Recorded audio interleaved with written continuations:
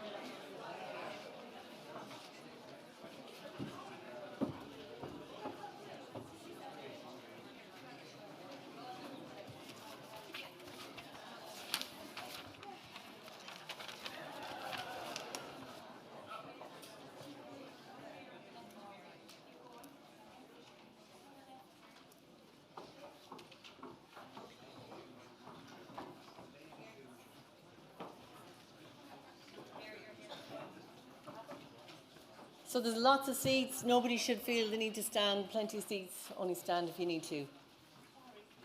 Or want to, rather. Okay, you're very welcome here today. This is the first Community Healthcare West Service Arrangement, Information and Engagement event.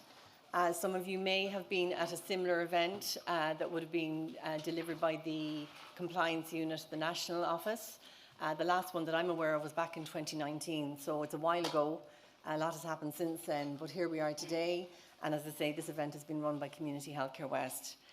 It's a pleasure to be with you here in a nice warm environment, and thank you all, because I know the weather outside isn't great, so hopefully everybody gets here safely and that you've gotten here safely.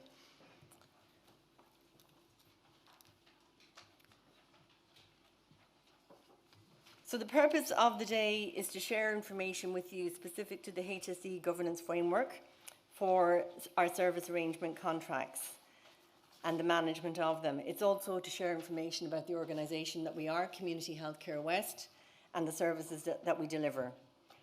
Most importantly today is about meeting with you and engaging with you, thus the name Service Arrangement and Information and Engagement Event. So throughout the morning, we're going to be hearing from lots of different speakers. On your chairs, you should have gotten a small flyer, which gives you a running order of the day. On that flyer, down in the corner, you may or may not have spotted there's a small QR code, and you'll be using that later in the morning if you wish. That's for our question and answers at the end of the morning.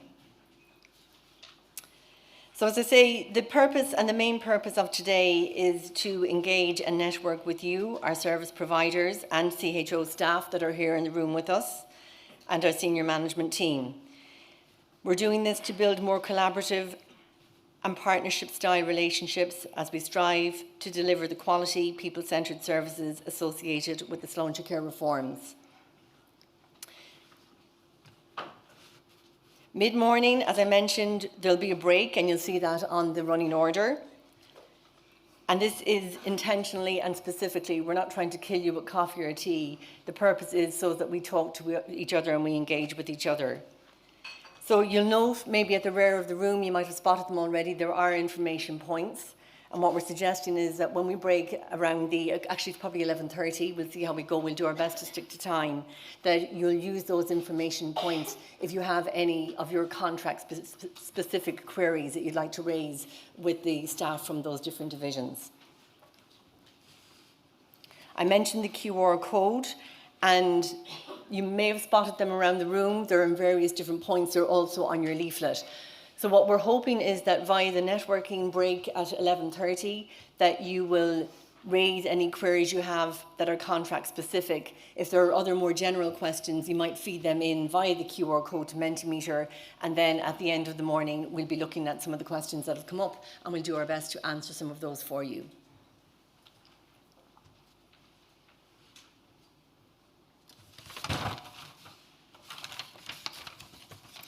Please note that the event is being recorded and photographs are being taken, If anybody has any specific queries about that, please find Emer, who's here from our comms department, sitting in the centre. Emer, you might just raise your hand and let people know who you are. So please do link if you have any issue regarding, we would have notified you about the recording component regarding photography specifically if you just want to link with Emer. For your safety and comfort, please note that there are fire exits scattered around the room. There are also toilet facilities through the door over here on the left-hand side. And we ask that all phones and keypads are put on mute or silent, please. So we're going to do our best to stick to time today. We'll be challenged to do that, but we will do our best. And because of that, we're going to commence now with a presentation and some words from our Chief Officer, Mr. John Fitzmaurice. Over to you, John. Thank you.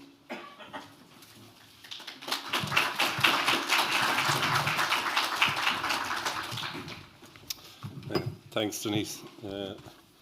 Thankfully, I'm first, so I'll hopefully keep your attention.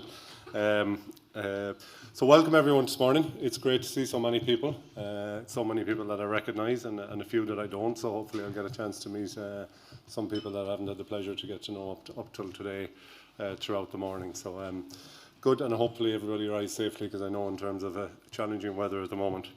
So look, I'm just going to very briefly just set the context for today, and at the outset I suppose I just want to thank Denise and her team for organising today.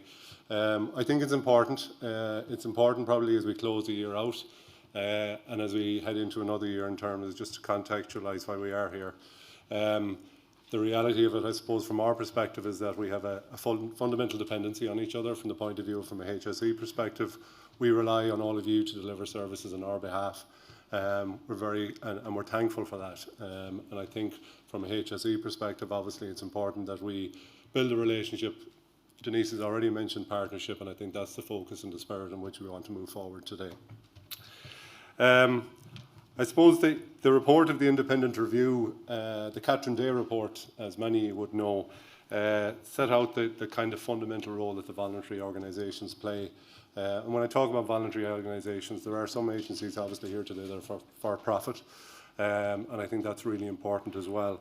And it sets out the extraordinary value that the community and voluntary sector plays in the delivery of crucial services across our community. As a sector, I suppose what's important is that we all share a common commitment to the highest standards of care.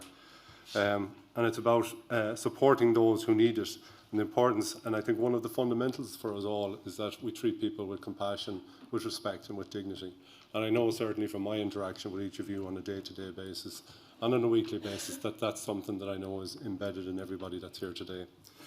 And as Denise mentioned, it is important that we work together on the basis of partnership so that we can all continue to play an integral role in the delivery of health and social care services.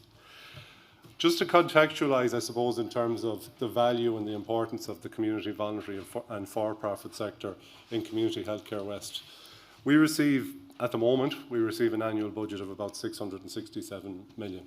So that's Community Healthcare West, which is inclusive of Galway, Mayo, Roscommon, which is 3.1% of the national budget across the HSE of 21.6 billion. You'll all know from the correspondence and the media attention at the moment that that budget is under particular scrutiny. So that's where we are at this time last year. Liam might tell me differently. I'm our head of finance, and we get our letter of determination later on. To contextualise that from a voluntary perspective, 298 million of that 667 million is allocated across to our agencies across the community and voluntary and for-profit sector. So that's 45% of the budget allocation that comes into Community Healthcare West that is aligned to a community and voluntary sector. So it's really a significant part of our work, and it therefore that outlines the dependency that we have on each other. Across Community Healthcare West, we have over 3,500 people employed in the voluntary, community and for-profit sector. When you combine this with the 4,500 people that are employed directly through the HSE in Community Healthcare West, that means there's over 8,000 people working across our community services across Galway, Mayo and Roscommon. That's on a WTE level, so the headcount is probably much, much more. I think the importance of today and what's important for today is that over the last number of years, we have seen an increased focus on the importance of governance. The governance controls, the governance assurance that are needed. We certainly have seen an increased vigilance in regards to that. And it is important.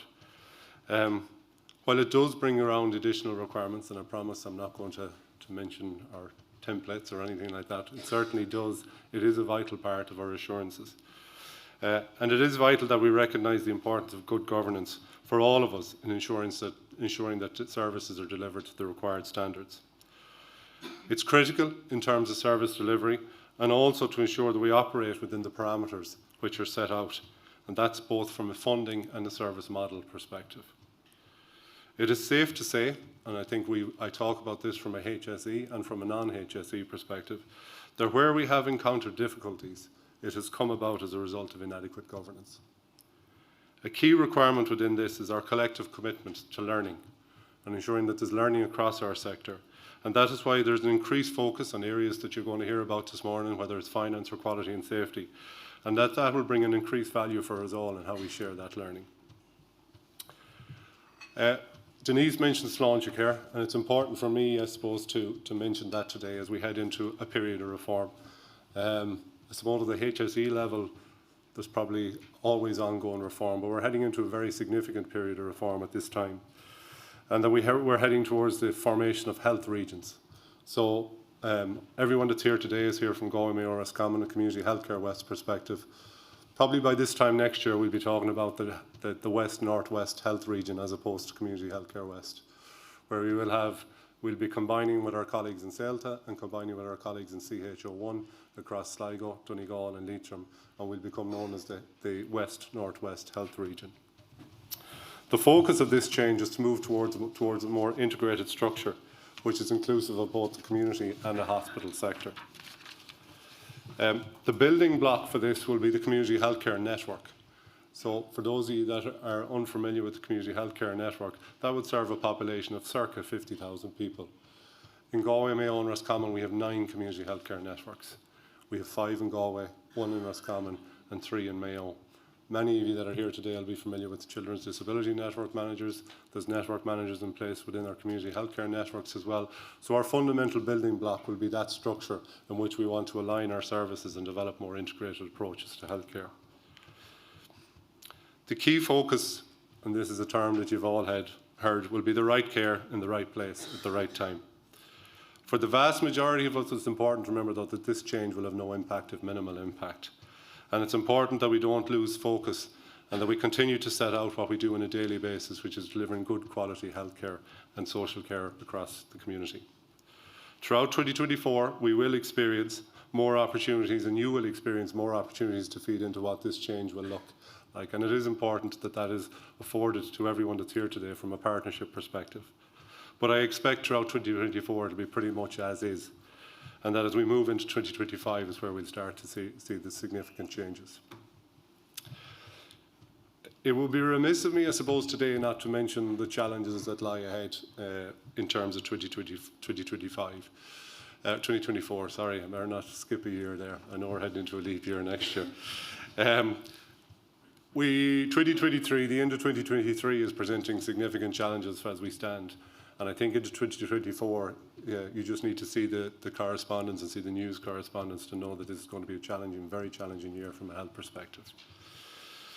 Across the HSE and indeed across our Section 38 organisations, we are currently experiencing controls that are impacting on our ability to deliver on our targets. In simple terms, we have to find savings and efficiencies to simply stand still. That's the reality of where we're at. Supply and demand is going to be an issue. And it's unfortunate that the two they will never align. On this basis, it's important that we continue to provide services on the basis of need and ensure that those most in need are prioritised while ensuring that others aren't forgotten in this context. It's important from today that we are clear about expectations as we head into 2024, and that this is going to be a challenge for us all, and that collectively we're going to have to try and find solutions about how we can continue to effectively deliver services on the basis of need. I'm nearly there. I think what is important today, and just a couple of things, and there's a number of, I know that there's a number of stands down the back, but what I would say to you today is important is it's great that we're able to be here today, There's a reason why we're able to be here today. Part of that is around, COVID, the impact of the vaccine and so forth. And it's important as we head into the winter, and we're in the throes of it at the moment, that we keep our workforce safe. So I would encourage you and your teams to consider taking the vaccine, both the COVID vaccine and the flu vaccine. It's not too late, and it's really important we keep ourselves safe and keep our workforce safe. So please, I'd ask you to prioritise that as well in terms of ensuring that we keep ourselves safe and our families and the people we support safe. I'm not going to end on a downbeat note, as it's important that we reflect on all the good work that is happening right across our community. Right now, as we're all sitting here, there are people receiving vital, good quality services in a person-centred way across all of our community services, be that in primary care, disability, older person services, health and wellbeing, mental health. I want to thank you, and I want to thank all of your staff for your commitment to that. And I want to thank you for your commitment to working with us in the HSE to deliver good quality person-centred services. As it's December the 5th, at this stage I suppose it's okay to say Happy Christmas. I look forward to meeting with you during the day. Thank you.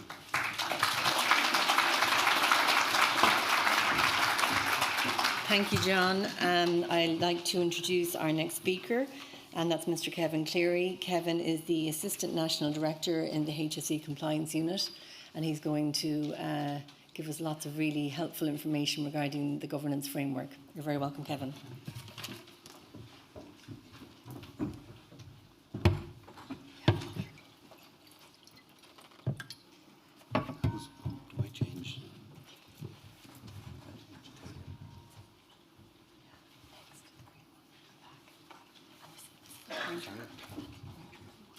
Yeah, no, but if I want to change slide, just up and down.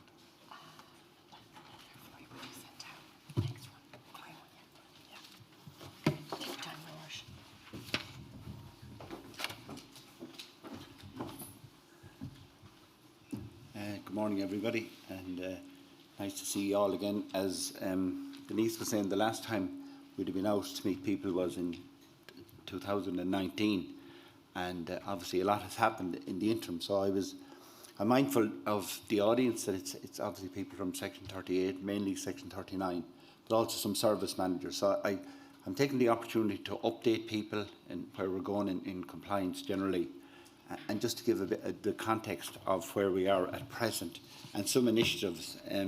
John referenced the Catherine Day report, and as a result of that we had the Dialogue Forum.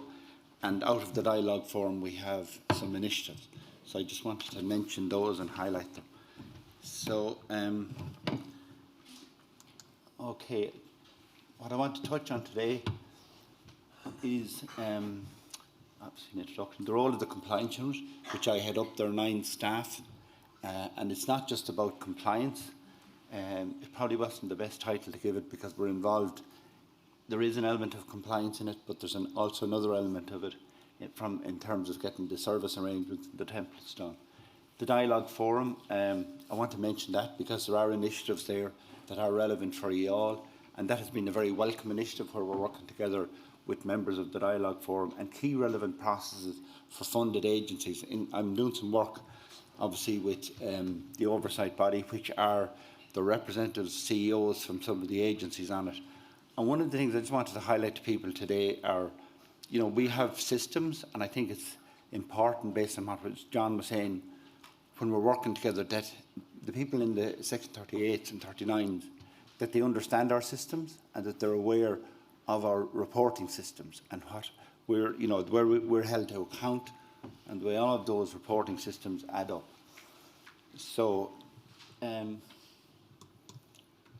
just again to give a bit of context, the HSE is responsible in accordance with legislation to deliver health and personal services. In some situations, obviously, the HSE delivers themselves, but if you look at what John said there in terms of the funding, I think nearly 50% of your funding goes out to 38s and 39. So the way that's underpinned, obviously, is with Section 38 and Section 39. Provision of services is done in accordance with legislation, and that's the only way really we can release funding. These are terms you'd be familiar with, but one of the things there in terms of Section 38, it's interesting, subject to the available resources. So one of the things that I always say when I'm talking in fora like this is we have to operate just within the resources that are available. We can't go outside that, and that's the legislative position. Just then, in terms of the role of the compliance unit that I head up, there's 9 staff and we're based in Naas. We maintain the oversight of the service arrangement and the grant aid agreement documentation. We work with the contract support units, and this has been an initiative that wouldn't have been in place when we spoke to you last. Denise heads up the CMSU here in CHO2, and it has been a very welcome development, and there's one in each of the CHOs around the country. And when you think of the funding involved that's released, in some of the CHOs we release over 500 million. So it was a gap in the system, so it really has been a welcome development. And we work on a day-to-day basis with the CMSUs in further developing their role and working with yourselves locally. Provide status reports, I'll be talking about that later on. The annual compliance statement, again, I'm going to mention that because some people, both on the HSE side and on the agency side, mightn't be aware of that process. Manage the external reviews, manage the SPG. We have a database, the SPG, where all of the agencies are on it. And again, I just wanted people to be aware of that. So all of your agencies are registered, and it's a tracking system in terms of service arrangements, grant agreement.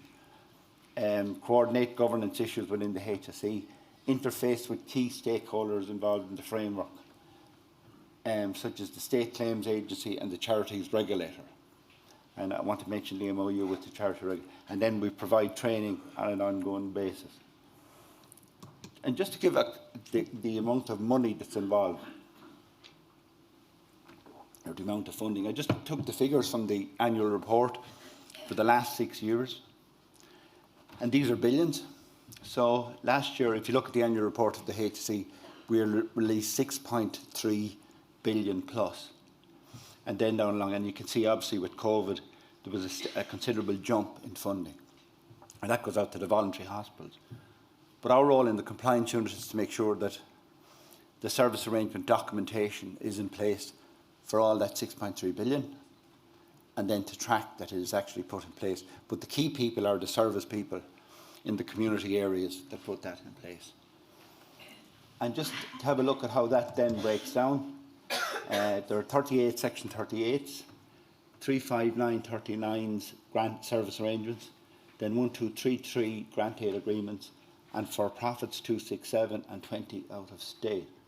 So if we look at the Section 38s, and again these would be the bigger hospitals and the bigger disability providers, and you can see a substantial number of them there are in the bigger than 20 million area. If we go on then to the Section 39s, and an interesting figure there is just to break down the 359. An interesting figure there, and I'll be talking about this later on, is the number of service arrangements in the under 1 million area, because we're going to look at that to see if we need to have service arrangements. I think it's 61% or whatever. So there's there's a congregation, if that's the word, of service arrangements in that area. So we're looking to see if we can streamline that rather than have service arrangements. The other interesting area, again, I just wanted to highlight is the number of grant agreements. And again, on the other end of the scale, the smaller number that we have, we've a lot in this area and a lot down in the under 50k. So again, that's something that we're looking at to see how we can improve that, and we'll be doing some work on that next year. So the next thing I want to talk about is the Dialogue Forum. John mentioned the Dialogue Forum. The Dialogue Forum, and some of you may actually be on it, it's a representative body that emanated from the work of Catherine Day. It's a group that meet in the Department of Health, and they developed the partnership principles, and you'll probably be well aware and conversant with the partnership principles. And out of the partnership principles, it was decided that there would be some joint work done between the HSE management and representatives of the Dialogue Forum.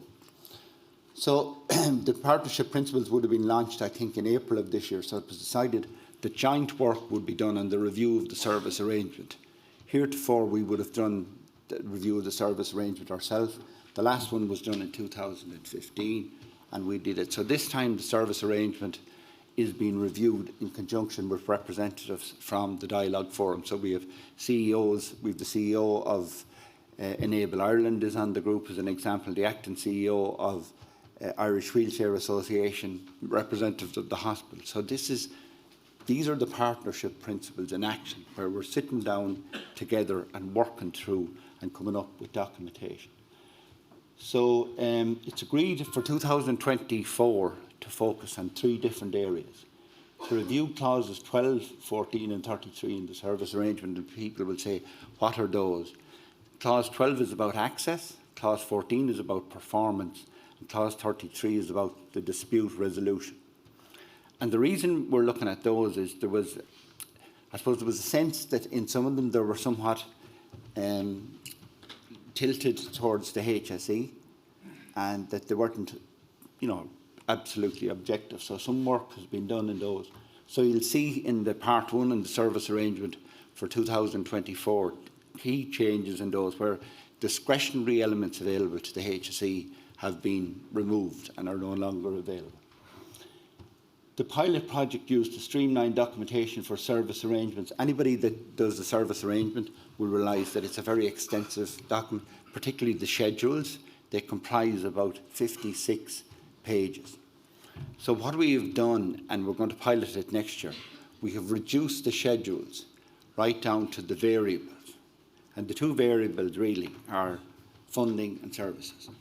So it's the pilot, and we've worked on it, and some of you will have seen what we're proposing to use. And there's generally a very positive feedback. So in 2024, in the voluntary mental health and voluntary palliative care, we will have a slimmed down document which just focuses on the funding and the services. And it's generally welcome because the schedules have become unwieldy and very lengthy, and there was repetition in them. So we've moved that on. And the 3rd pilot then for next year is in 3 of the CHOs, in CHO 3 and 4 and 9. We're looking at that group that I used earlier on, where we have a huge number of service arrangements between 250,000 and $1 million, to see can we use the grant agreement. And again, it should be in both parties' interests. Now, there are challenges in that area in that, there's a considerable difference between the contractual reach of the grant agreement and the service rate. So again, these 2, the first one, the review clauses, is permanent, and that will be in the service arrangement going forward. But the other 2 areas, they're pilots. So we're going to use them as learning events. So any of you that are involved in them, we'll be anxious to get your feedback on them. Ongoing processes, again, this is one of the things that I wanted to mention in terms of the areas where the feedback to me was people didn't really realise that there's reporting going on. So the main reporting areas are in completion of the service arrangement and grant agreements, the submission of annual audited accounts. As you know, anybody that's funded over 150,000 has to submit audited accounts. Submission of compliance statements for all the agencies over 3 million, and external reviews of agencies' corporate governance, and that's currently being done by Mazars. So I just pop on to the next slide. So this is the matrix of the government's requirements. So let's take a voluntary agency, a Section 39 over 3 million. They're the requirements: that it has obviously service arrangement in place, it submits audited accounts, submits an AFMR, the meetings take place, a compliance statement, and there are external reviews. So I just wanted to make the point that all of these are tracked in the SPG system, they're reported, and if you look at the service arrangements, some people, if you look at on the HSE's website, you have the MDR, the monthly data report. So all the service arrangements that are signed, there isn't an individual one, but there's a collective report done there. So I just wanted to make the point to people that that system is in place, and it's tracked, and we have to feed in then, and then annually at the end of the year, for example, in the service arrangement, the CNAG will look at it, and if you look at the annual report of the HSE this year, we were. It's something the CNAG pointed out, that we were down at 84% or whatever. We didn't have the service arrangements. Now, I'd have to say in this area, CHO2, I think they were top of the class, Denise. Sorry. So obviously well done, and there's obviously great local cooperation here, and all of the service arrangements were done. But if you have a couple of the bigger agencies that aren't signed, it can skew the overall.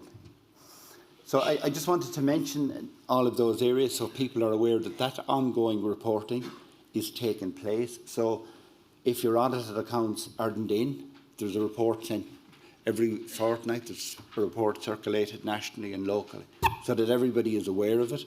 And it's not just that we're tracking people. We like everybody to know, and then you can focus. When you get to the stage, coming towards the end of the year when audit accounts aren't in, we can find out, is there an issue, is there something we need to discuss with people, and likewise the AFMR. The other development since I'd have last spoken in 2019 is the MOU with the charity regulator. As you know, the charity regulator has been, I suppose it has been established in recent years, and a substantial number of the agencies we fund are charities. So there's a commonality, and under legislation there's a requirement to have an MOU with a number of public bodies. The charity regulator has an MOU with the Department of Foreign Affairs, with TUSLA, and with ourselves and a number of other bodies.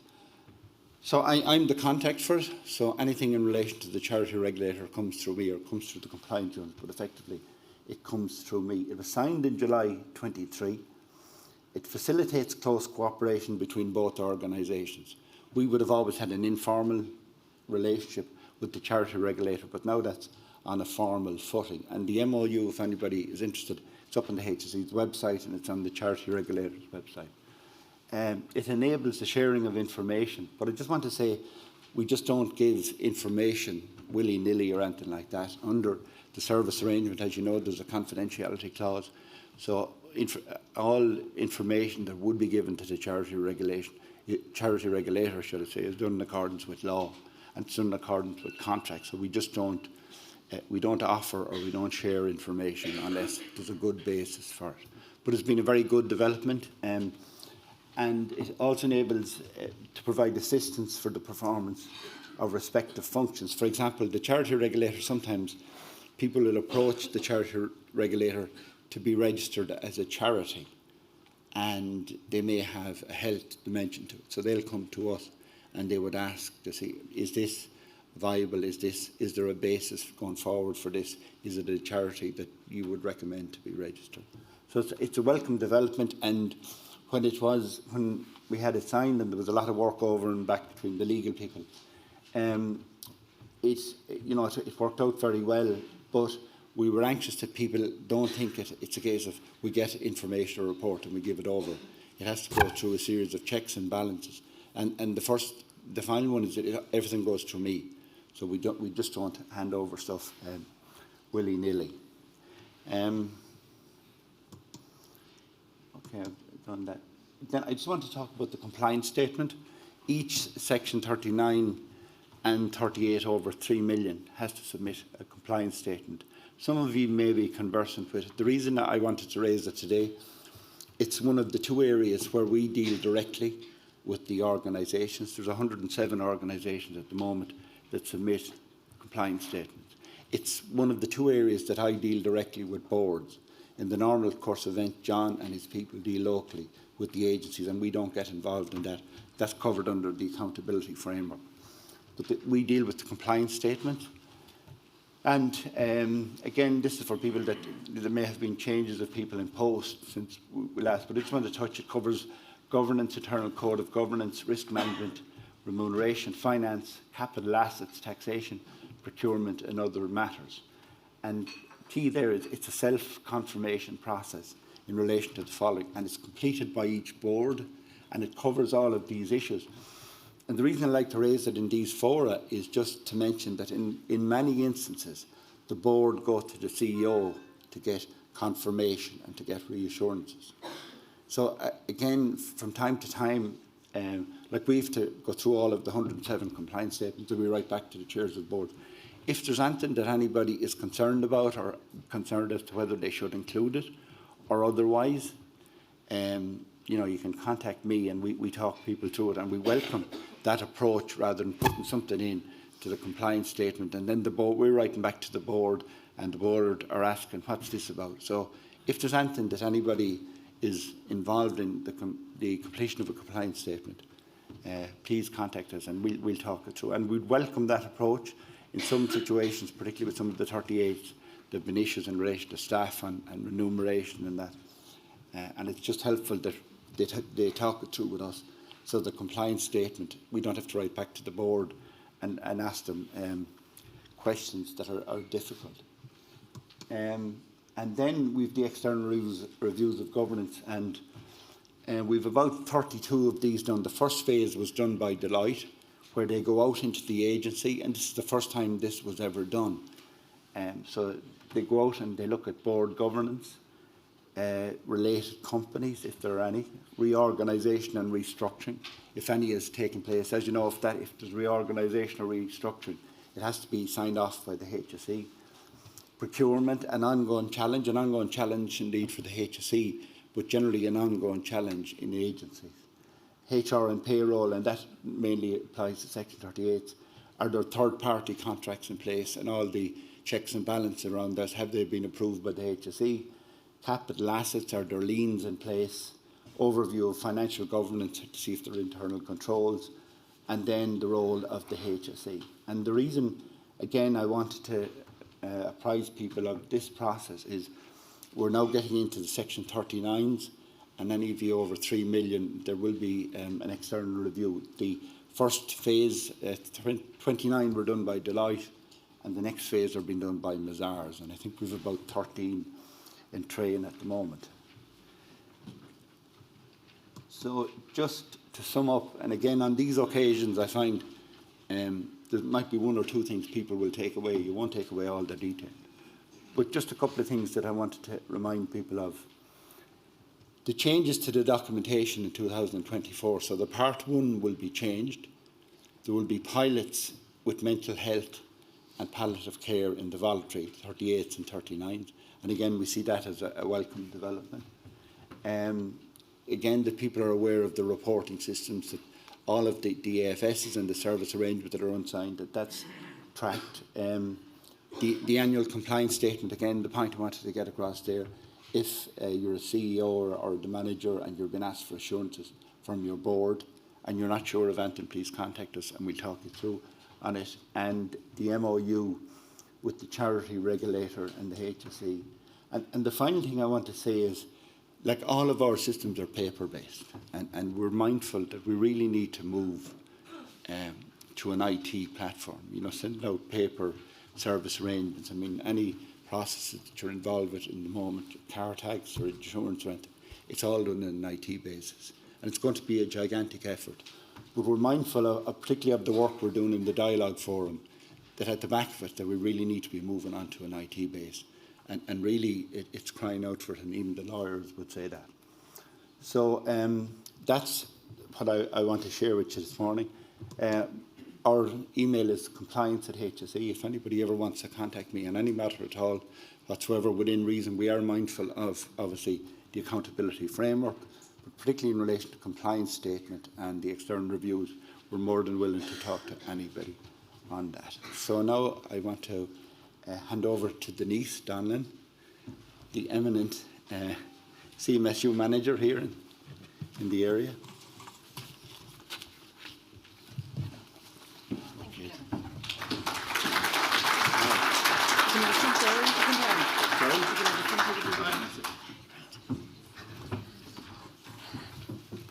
Thank you, Kevin. Who knew there was so much involved in contracts and contract management? It's fantastic to have Kevin here today, because there's a significant effort on your part and on our part to ensure that our contracts are completed on an annual basis. I know there's massive challenges, and often those challenges are, I think, a mix between the requirement to meet the compliance issues and matters within the governance framework, and then regarding service delivery. So we're very, very cognizant of that. and thank you for your work in that area. I'm going to take a very short while to talk to you about the Contract Management Support Unit, hopefully not duplicating anything that Kevin has said already. Okay, now I'm also conscious of the information that we're presenting, and I'm not sure how it's working for you visually. The slide deck will be available after the event, and we'll be publishing it on our CHO webpage, so we'll be notifying you of that. So any of the information delivered you will have available to you. I'm the manager in the CHO Contract Management Support Unit, otherwise known as the CMSU for obvious reasons. It's less of a mouthful. And I wanted to, maybe carrying on from Kevin's information, just share an overview specific. John would have mentioned some of the budget information specific to the CHO. Specific to our contracts, there's lots of information up there on the screen, but some of the key messages, I suppose, are the total allocation within the CHO to our grants, which is 298 million. The amount I think that Kevin mentioned was 6 billion in total funding from the HSE to our service providers in the country. So here locally in these 3 counties is 298 million, and that's 45% of the CHO budget. John also acknowledged, I suppose, that huge chasm between meeting needs and there never being enough. So I think these are the challenges for both ourselves and yourselves as our service partners. The totality of funding that we're noting of 298 million comprises both our service arrangements and our grant aid agreements. So I think our grant aid agreements, the figure we're providing to you today is in the region of 4 million, and some of you might be in receipt of a grant aid, or another part of your service might be in receipt of a grant aid.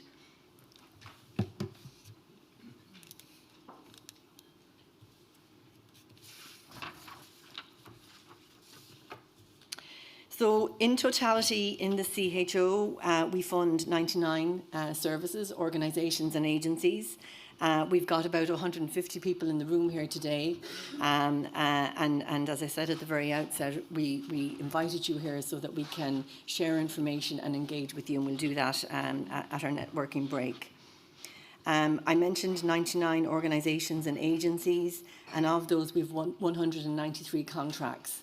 So obviously some providers might have more than one contract with a different care group within the CHO. So it's a significant budget all in all for health and social care expenditure in the CHO. John also mentioned it's often subject to intense political and public scrutiny, and rightly so. Whilst we're service providers, we're also service users. Everybody here in this room is a HSE service user, either currently or future, or a family member is. So this matters to all of us, and thus the scrutiny that this whole area gets. I think it's also important to point out that, and I think John mentioned templates and so on, and I hear from my operational colleagues who are working with you in contract completion, I suppose the frustrations. Kevin mentioned the paper-based approach that we have at the moment. There is intention for that to change as we move forward, and I think that will be welcomed. So I suppose the controls and the mechanisms that we have in place to manage our contracts are very much a mirror of the controls that are in place between the HSE and the Department of Health. So just to bear that in mind, because I know that they can be frustrating when we're seeking information from you. But it's part, and it's a necessity when it comes to robust contract management. Okay, so specifically to the CMSU, our function. So it's to support, advise and monitor our operational colleagues, our heads of service, the budget holders, that appropriate completion of service arrangements or grant aid agreements with providers on an annual basis in respect of all funding released pursuant to Section 38 and 39. And we're also conscious that within the room we've got Section 8 service providers, Section 39, and our for-profit, our commercial partners. Another function of the CMSU is to ensure that a system is in place regarding performance review meetings. So you'll be aware that dependent on the value of your contract, you are required, and we are required, to meet with you on a regular basis throughout the year. It could be anything from once up to potentially 10 as a guidance times per year. Obviously, it's budget driven. So our role in that is to assist operations to hold those meetings, storing the minutes of those meetings and other information from those meetings. Another function is that all the backup documentation, so we'll talk a little bit about your 2024 contracts. I keep on referring to 04 instead of 24, but we've moved ahead. So regarding your 2024 contracts, they will be making their way to you if you haven't gotten them already. We'll talk a little bit about that. So all of the documentation relevant to your contract with the CHO is stored centrally on our repository. So this is a very important tool that we use to centralise the information. It's used for management and audit purposes. Another area that I'll talk a little bit more about is your annual financial statements, and Kevin touched on this. So a role of the CMSU, and a very key role of the CMSU, is regarding the review of the financial statements submitted. Very, very important. There are specific timelines identified for when they need to be submitted. We'll talk a little bit more about that in a moment. And just to say, maybe it's obvious, but it is a retrospective piece of work. So my colleague Geraldine Foley and Donal, who are involved in AFS reviews for the CHO, are dealing with 2022 at the moment. And generally speaking, our role is the implementation of the governance framework that you've heard about from myself, from John and from Kevin a little bit earlier, and it will be alluded to throughout the day. The final function would be that all the necessary inputs are made to the service provider governance. You may or may not have heard of service provider governance, otherwise known as SPG. So this is the system that we currently use to record and keep an accurate record of information to do with our contracts. So we need to ensure that it's up to date, it's accurate, and it reflects the totality of arrangements and funding allocated for the provision of health and social care services within the CHO. Throughout the morning, I think John and Kevin, and you're going to hear it again and again, the partnership principles. If you're not familiar and aware of, please do make yourself aware. So the partnership principles being quality, person-centred services, trust and mutual respect, engagement and participation, akin to what we're doing here today, transparency, information and learning, problem solving and deliberation, collective leadership, and accountable autonomy. These are the 8 principles that are going to govern and guide our relationship with you going forward. So the HSE have embraced them, and I know the voluntary bodies that are part of the National Dialogue Forum are also doing so. So specific to how and our role in this whole partnership approach, back in November, you would have received notification from our Chief Officer, John Fitzmaurice, that your 2024 contracts would be with you sometime in November. And as I just mentioned, they are ready now, and you'll be receiving them in the coming days and weeks from your service managers and your administrators. So the key contact and administrator. Key contact, there's some terminology here today. Who or what is the key contact? The key contact is the service manager within older person services, within primary care. And they're the people that you probably liaise with on an ongoing basis specific to your contract. The terminology I'm using is specific to the CMSU and SPG. So your service manager, your key contact and administrator, they'll be liaising with you during the contract completion phase. And just to remind that the national deadline for completion of our contracts for 2024 is the 28th of February. I'm very aware of the challenges that are presented in the completion and the reaching and achieving by that date, but that is the national expectation. So any date after the 28th of February, we're deemed to be in going into an amber and red zone regarding completion. But that's what our service managers and our administrators will be working towards in 2024. Where issues are anticipated, so you will receive your templates for 2024 in the coming days and weeks.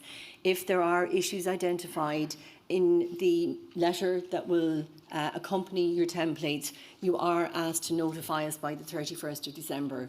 So again, that's why we're here today, that we're engaging, that we're talking to each other. So I suppose don't give us any surprises. If there are issues arising that we may not be aware of, please let us know before that date. Upon content agreement, the key contact will issue the final and agreed version for your authorised provider sign-off. So again, I just want to highlight that the HSE issue a contract to yourself as a service provider. It's not the other way around. So please don't send us any contracts or templates. As part of the negotiation phase, there will be contracts and drafts and redrafts and so on. But the final copy, the agreed copy, the HSE, your service manager, will provide that to you when you will arrange for sign-off. And then in turn, the HSE authorised signatory will sign that contract and you receive your copy back. The contract is returned to the key contact with original signatures, please. So that would be in a hard copy. It's not acceptable to return a scanned copy of the contract for 2024. The key contact will arrange for the authorised HSE sign-off and return a signed copy to you, the provider. Operational and performance review meetings then commence. So again, no more than authorised signatory, the number of meetings and performance review meetings that are required during the year are governed and guided by the value of your contract. So your service manager will let you know that, and it's also contained in Schedule 4 of your contract. That's where you see how often am I expected to meet with the service manager, where and so on. Previous year annual financial statements are to be submitted by the 31st of May and the 26th of November. So this also is very important. I mentioned that my colleagues, sorry, I keep on moving away from the mic, my colleagues Geraldine Foley and Donal Murphy are involved in AFS review for 22 at the moment. By the 31st of May of next year, we're asking that you submit, and I'm talking for the voluntary sector, you need to submit your AFS by the 31st. We will be reminding you, and I know that the majority of you do that without even being asked and reminded by us, so thank you very much for that. For our for-profit audience, you're required to submit your financial statements by the 26th of November. Is that right, Geraldine? 26th of November? Yeah, okay. These are important dates, and our function is to assist and remind and nudge you on that. I'm going to move on because I note, ironically, that I'm gone over time, and I've been telling people don't go over time. What we have here on this slide is just a summary of the contract life cycle. So beginning with our sign-off on the 28th of February and moving on around the year. I'm not going to go into the different components of that, and we can talk about that at the networking junction that we have a little bit later on. I've already spoken about the AFS reviews, and again, that slide highlights the 31st of May is the deadline for AFS submission. What we're looking for from our voluntary providers are signed, audited, unabridged AFS, including supplementary information, signed annual financial, that's the AFMR. There's a reason why we use these acronyms, the signed annual financial monitoring return, and the auditor's management letter and director's response. And then from our for-profit, our commercial providers, what we need is a copy of the financial statements as filed with the CRO. And again, we mentioned the 26th of November. So almost finished, 20 for 24, looking forward for the CMSU. Completion of 2022 AFS reviews, that work is ongoing. There are primary and secondary reviews. Primary being where we own the contract, or a secondary is where we have a part of a contract that's owned by another CHO. Continued development of the CMSU support and monitoring function within the CHO and within available resources. Implementation of any key findings. The CMSU in our CHO has just come out of an internal audit, so any findings from those audits will be implemented, and we also had one, and we're involved in one via the Controller and Auditor General earlier this year. Prioritise resources available towards achievement of the CHO key performance indicators. So just like you, we also have our key performance indicators, and the three key ones for our CHO and our senior management team is that we issue our contracts to agencies. As I mentioned, that'll be any day now coming to you. That we have them signed by the agency, and that we also have them signed by the HSE, and the ask is that that's done by the 28th of February of next year, every year. And that's me. Thank you very much. Okay, so I'm now going to hand over to Liam Fogarty, and Liam is our Head of Finance in Community Healthcare West. Liam, you're very welcome. Thank you.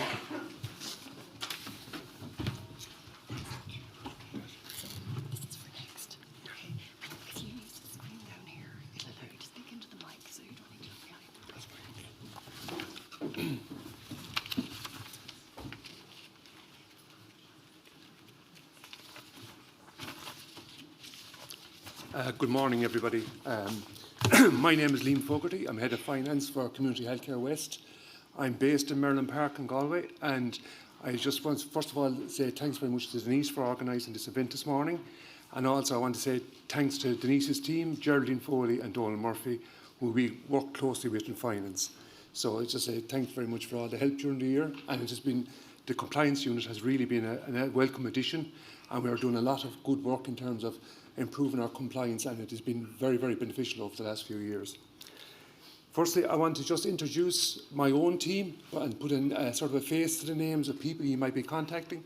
So first of all, I'm Dermot Dawson, if Dermot can stand up. And Dermot looks after disability and older person services, and he's the finance lead. And he's ably assisted by Amy Rattigan, who's beside him. And Amy contacts a lot of people.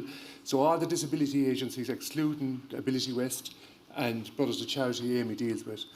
I know now Jerry Burke is not with us this morning, but I don't think I ever need to introduce Jerry to anybody. He seems to know everybody. So then we have got Pat McHale is here from Pat. You can stand up. Pat looks after primary care and mental health services. Okay, so you know the faces to go to now during the coffee break to ask the questions. Firstly, I just want to do on the first slide here now.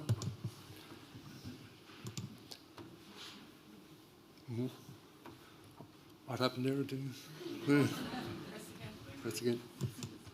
All right, okay. So our total annual budget was 650 million, 0.7, right? And that's a bit different than the figure that John mentioned earlier on.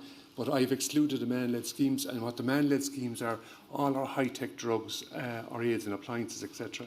So basically, when I exclude that, it's 650 million, and that goes directly to providing services on the ground. Okay,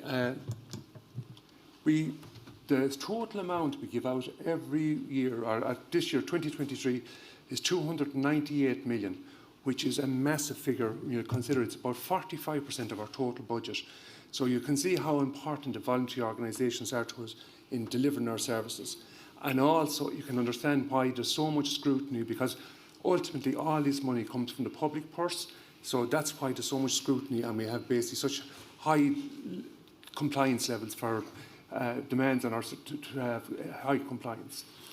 So I'll just move on to the next page. So I'm just going to go through each sector just to give you an overview. I'm not going to dwell too much because a lot of the stuff has been covered in previous speeches. Our core budget in disability services is 236.7 million, okay, which is probably one of our biggest areas in the CHO. 221.1 million of it is given out to the voluntary sector, voluntary and for-profit sector, and that's about 93% of our total budget. So most of our services in disability are delivered through either voluntary or the for-profit sector. We only have Mayo Communities Living as our own internal service. So that's basically now. That's probably the area our biggest focus. And in finance terms, we are basically, I know, for example, Jerry Burke deals exclusively with Ability West and Brothers of Charity, and Amy looks after the Western Care up in Mayo. Okay, there is 61 services funded by service arrangements. We have also got, and it's important to note as well, we've got a lot of agencies who don't qualify as a grant aid agreement or a service level agreement, which have much smaller level of funding, and it's budget driven. So basically the level of compliance is budget driven. So that's basically, okay. And the services include are all intellectual, physical and sensory services in counties Galway, Mayo and Roscommon. Okay, older person services. Our core budget here is 115 million, We basically deliver 40.7 million of it goes out to the voluntary sector, which is smaller than the disabilities, about 35% of our budget. And we have 36 of the providers are on grant aid or service level agreements. Now, we have a much bigger number of that who are much smaller, who basically deliver services at a local level. So, for example, a lot of our grants go to delivering day services and stuff out in rural communities or in rural parts of either counties, Galway, Mayo or Roscommon. So we have a lot of smaller amounts of money and we're able to basically deliver a lot of services and are much appreciated services in local areas because of that. The main services we include are basically home support services, day services and social care allocations. They're the real. So I know, for example, we do a lot of Meals and Wheels stuff and we link with a lot of local organisations and that. So in local communities, that's very, very welcome services and basically really supports our home support services in a lot of areas. Primary care services, our total primary care services, our total budget is 147.7 million. Okay, the total core budget allocation on statutory is 24.3 million, and that's about 16%, which is a smaller figure, but basically we have most of our agencies are the social inclusion agencies, our GP out of our services, and also our palliative care and our basically hospice care in both Galway and in Mayo. So primary care is very important in terms of the services it delivers, especially social inclusion and in the palliative and hospice care. Okay. Health and wellbeing with 3.5 million, and that's 400,000 of that is given out in grants, which is about 12% of the budget. And we have 4 agencies at the moment on service level or grant aid agreement, and the services funded like health promotion, like smoking cessation, healthy eating programs, etc. So I know Elaine will go through that in more detail as we go along. Mental health services. Mental health services is one of our smaller, where we allocate smaller amounts to voluntaries. And that's because a lot of the services are in-house ourselves. So we give out 7.9 million, and we basically 6% of the budget, and that's number of services 25. And what they deliver is services, a lot of our, say for Jigsaw, Mindspace, a lot of Mental Health Ireland, they're our biggest providers in that area. So I know Laura will go through in detail more later on in the presentation. Summary now, and I'm going to touch briefly, and I know it's been covered already, but basically I just want the issues that we want to basically ensure in finance with our CMSU colleagues that are covered off. For example, there's a significant percentage of our allocated budget, 45% of it, is actually going out to voluntary organisations. And it's all ultimately coming from the public purse. That's why we have to have so much compliance requirements. Financial reporting has to be as outlined in the service agreements, and Denise touched on it early on about basically AFS reviews, AFMR. So that's basically, I'm not going to rehash it again, but they're all outlined in the service level agreement and grant aid agreements, what's required. And just basically, where applicants adherence to national financial regulations. So I know for Section 38s and the larger Section 39s, they're required to basically follow our procurement contracts, and we can give support within our finance division if they have need to access government contracts or HSE contracts. Okay, and so good financial governance within each organisation, and that applies from the smallest to the highest. So it's just basically that we are able to get returns from our agencies outlining where the finance has been used, and we're basically assured that we have good governance in all our organisations. So I say thank you very much for me, and I've got Denise, I think, back on time. So thank you.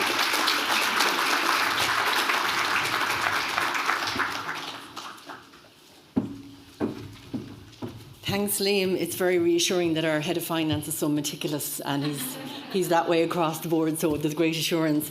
Next, I'd like to introduce Carl Brogan. Carl is our Head of Quality, Safety and Service Improvement, otherwise known as QSSI. Thank you, Carl. Thanks, Denise. Good morning, everyone. Nice to see so many faces. I know a few, I don't know you all, hopefully I might get to see you later on during the day. I'm here to talk about QSSI, and a lot of talk so far is about compliance, about finance and that we meet the budget and we're compliant with that. But the other important piece is that we also provide quality service, which is safe and effective. And we can't lose focus of that. So although we might stay in budget, if it's not safe and effective, why are we paying for it? So that's really what I'm here to talk about. So QSSI, it's a new department. Which one is which, up or down? Sorry. There you go. Found it, sussed it out. So yeah, so QSSI, Quality, Safety and Service Improvement. We were established in 2021 across CHOs, there's 9 of us. We're quite new, so we're evolving services. We have a regional remit. We report directly to the Chief Officer. We have a strategic direction on cilantro care, so we try to look for the vision of the future and make sure that we're trying to align our services to that. We work alongside the HSE policies and guidelines. We make sure they're implemented across services. And we've got the patient safety strategy, as you all know, is the new strategy coming out about open disclosure and protect disclosures. So that's we have focus on that. We have a team that, as I say, we're a team that's evolving. So we're growing. I'll just show you the slide deck we have of that. So I have a business manager, Nice is down the back of the room there, and Julie. We also look after patient service user engagement. Complaints is coming in under us shortly. Assisted decision making, ADM, also comes in under us. Infection control, antimicrobial stewardship, quality and risk, health and safety, and safeguarding. So they're basically the departments that we work with and work towards me or work with me. We're not operationally responsible for services, that's up to the heads of service. We support the heads of service in delivering on these objectives. Safeguarding is operational. So just going back to the previous one. We develop and support structures and systems and processes across the CHO which are robust and that everyone is trying to work towards the same objectives. That's really what we're about. And in doing that, we also try to work with our external partners, yourselves, in supporting you to deliver on these objectives as well. Because we recognise that we can't deliver this ourselves, the whole health service. And if you think that 45% has been delivered by yourselves, it's in our best interest to make sure that you're performing well. So it's not been out there to try to tell you what to do, it's to try to work with you in partnership to help you meet your objectives and also learn from you as well, because we don't know everything. So we can learn from systems that you've put in place. So, Schedule 2, as I said earlier, it's not just about finance, it's about the quality and safety of services. So the bit I want to focus on is quality and safety of Schedule 2, which is your mission statement, corporate, quality and social care governance, regulation, quality and standards, codes of practice, quality assurance, monitoring and quality of standards. You're all at different levels, so some people have more funding than others. Irrespective of what funding you get, everyone should be thinking about this in your organisations. There should be good governance around your organisations, and all of the things I'm going to talk about should be considered at some level. If some are regulated by external inspections like HICWA or the Mental Health Commission, you'll have a different level of regulation, but you're still regulated by the Health and Safety Authority. They still regulate you. Data protection, you're still regulated by that. There's still regulation that you must be compliant with. So, under the Schedule 2, that website there, if you ever click into that, that'll give you all the list of policies and guidelines you need. I'm sure you've all seen that before, so if I'm teaching you to suck eggs, I apologise, but just to recap, it's all there for you. And it'll come out in the slide deck that Denise will send out later on, so you'll have access to it. So, boards. Kevin mentioned the boards and the boards going back. The HSE produced a document called The Board's Role in Improving Quality and Safety. It's a really good guidance. If people haven't seen it, it's a really practical guide on how boards can operate around quality and safety. And what you need to consider the elements of quality and safety as a board. And now with regulation, boards are becoming much more inherent in how services have been operated. And they are being asked more and more questions. As John mentioned in his opening remarks around governance and the whole assurance around governance is becoming much more to the front, and only rightly so. So boards are now being held to account. Right? Regulation. These are just a few of them. Health and safety. We're all regulated by health and safety. Our staff and visitors must have a safe place to work in or visit. Health Information and Quality Authority. some will have it. Mental Health Commission, the Children's Act, that's a law, we have to comply with that. Assisted decision making, again, that's a law, we have to comply with that. The Irish Medicines Board, where appropriate. The Health Act, the foundation of everything we do. Open disclosures, and etc. So all those things, most of you will have some feet in at some stage, but you all need to be aware of it. And what assurances do you have as a service to make sure we're compliant with these regulations? How do you know that? Where relevant? Quality and standards and codes of practice.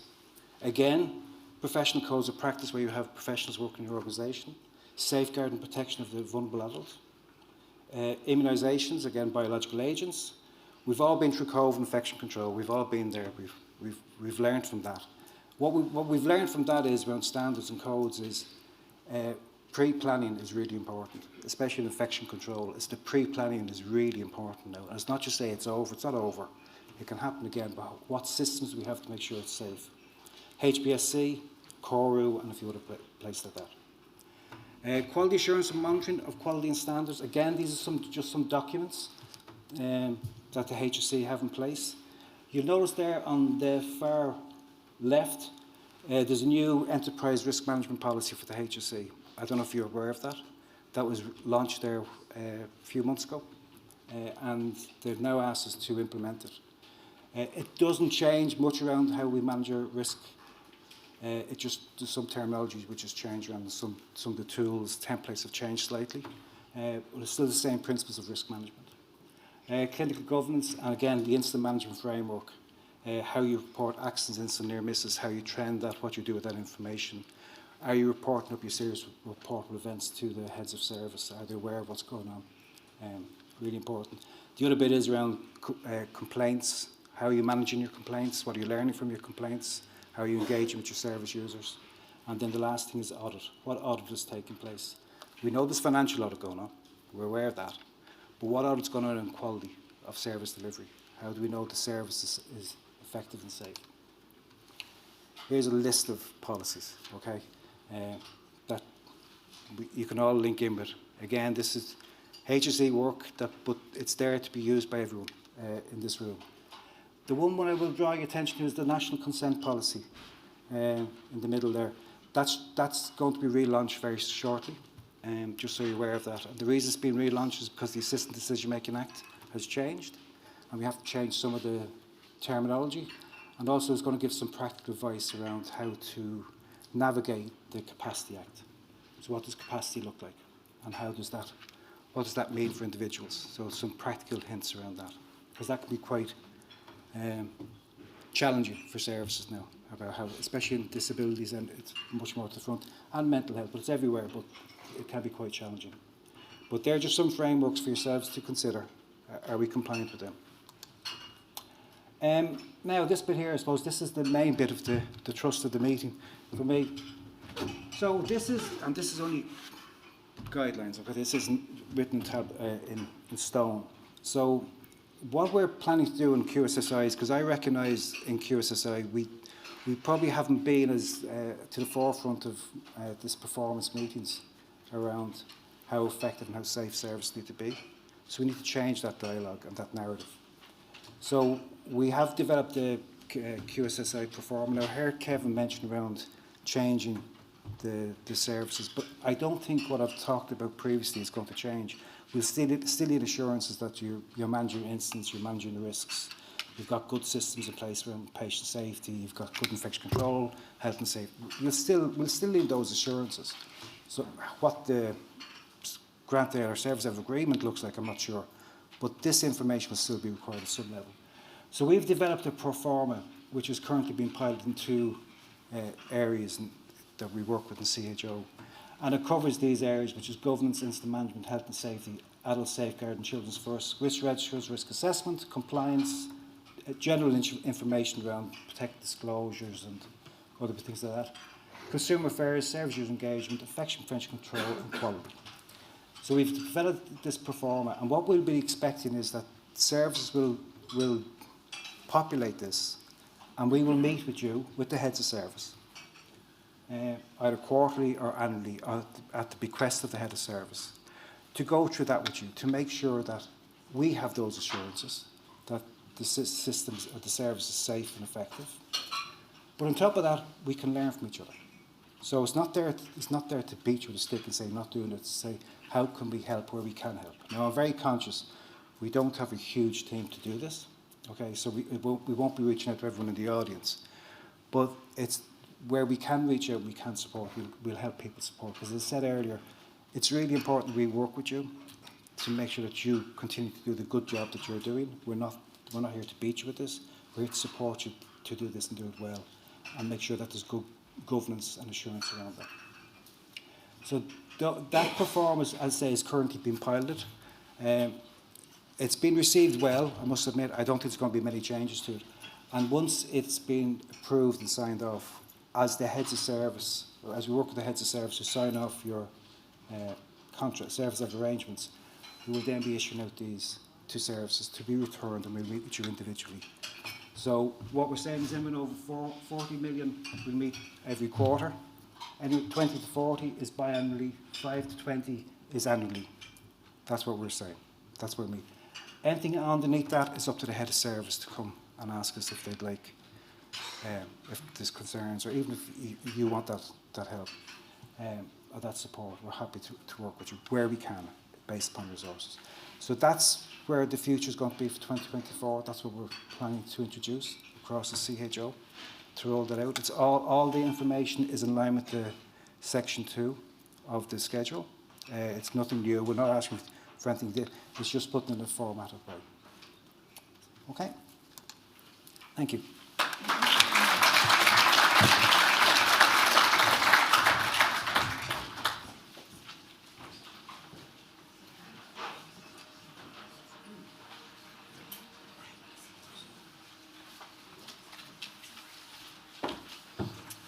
Thank you, Carl. We've adjusted the heat if anybody's getting a little bit too hot, so windows are open, temperature's coming down. Apologies for that. So we're now going to move into our intentional networking component. At the rear of the room, we have some information points set up.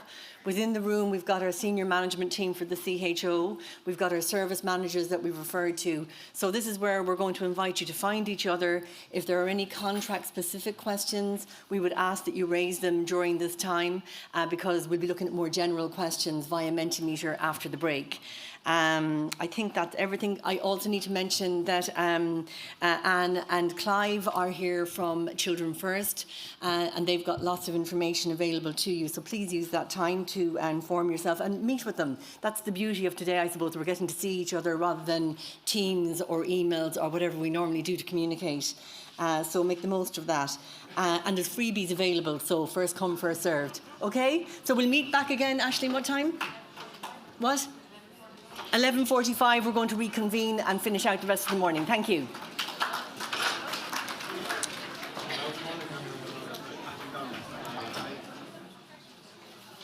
Okay, so thank you. You're all very welcome back.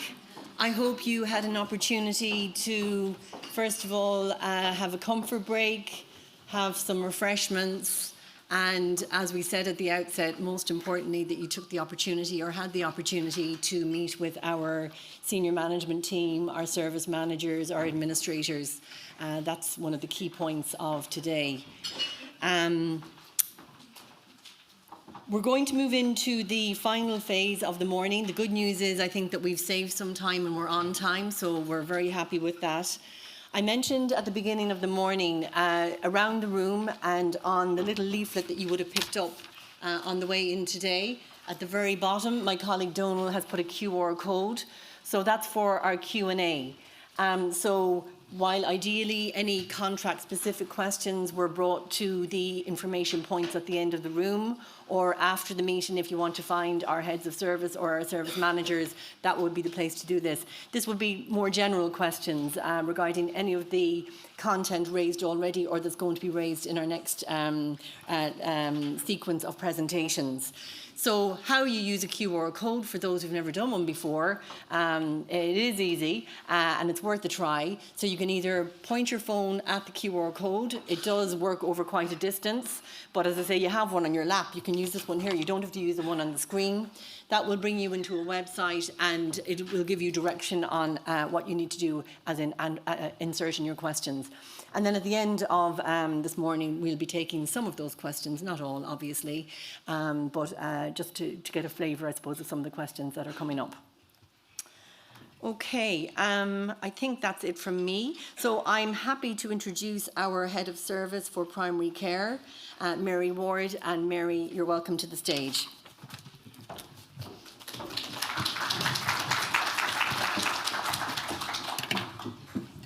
Thank you, Denise. My name is Mary Ward. I'm the Head of Service for Primary Care for Galway, Mayo and Roscommon, and it's a pleasure to be here today. Thank you, Denise, for inviting us. So our overall primary care budget is 147.7 million, and the total number of staff in whole-time equivalents in primary care is 1,322 staff. The number of funded services within primary care is 17, and the funding to those organisations is 24 million. So it's small in comparison to our disability colleagues, but without those 17 funded organisations, we would not be able to provide the depth and breadth of services within primary care. So they're very valuable partners in our service delivery. Our key contact in my office for the service arrangements are Michelle Egan, and she's supported by Deirdre Duffy, and also our finance colleagues Pat McHale and Sarah Padden.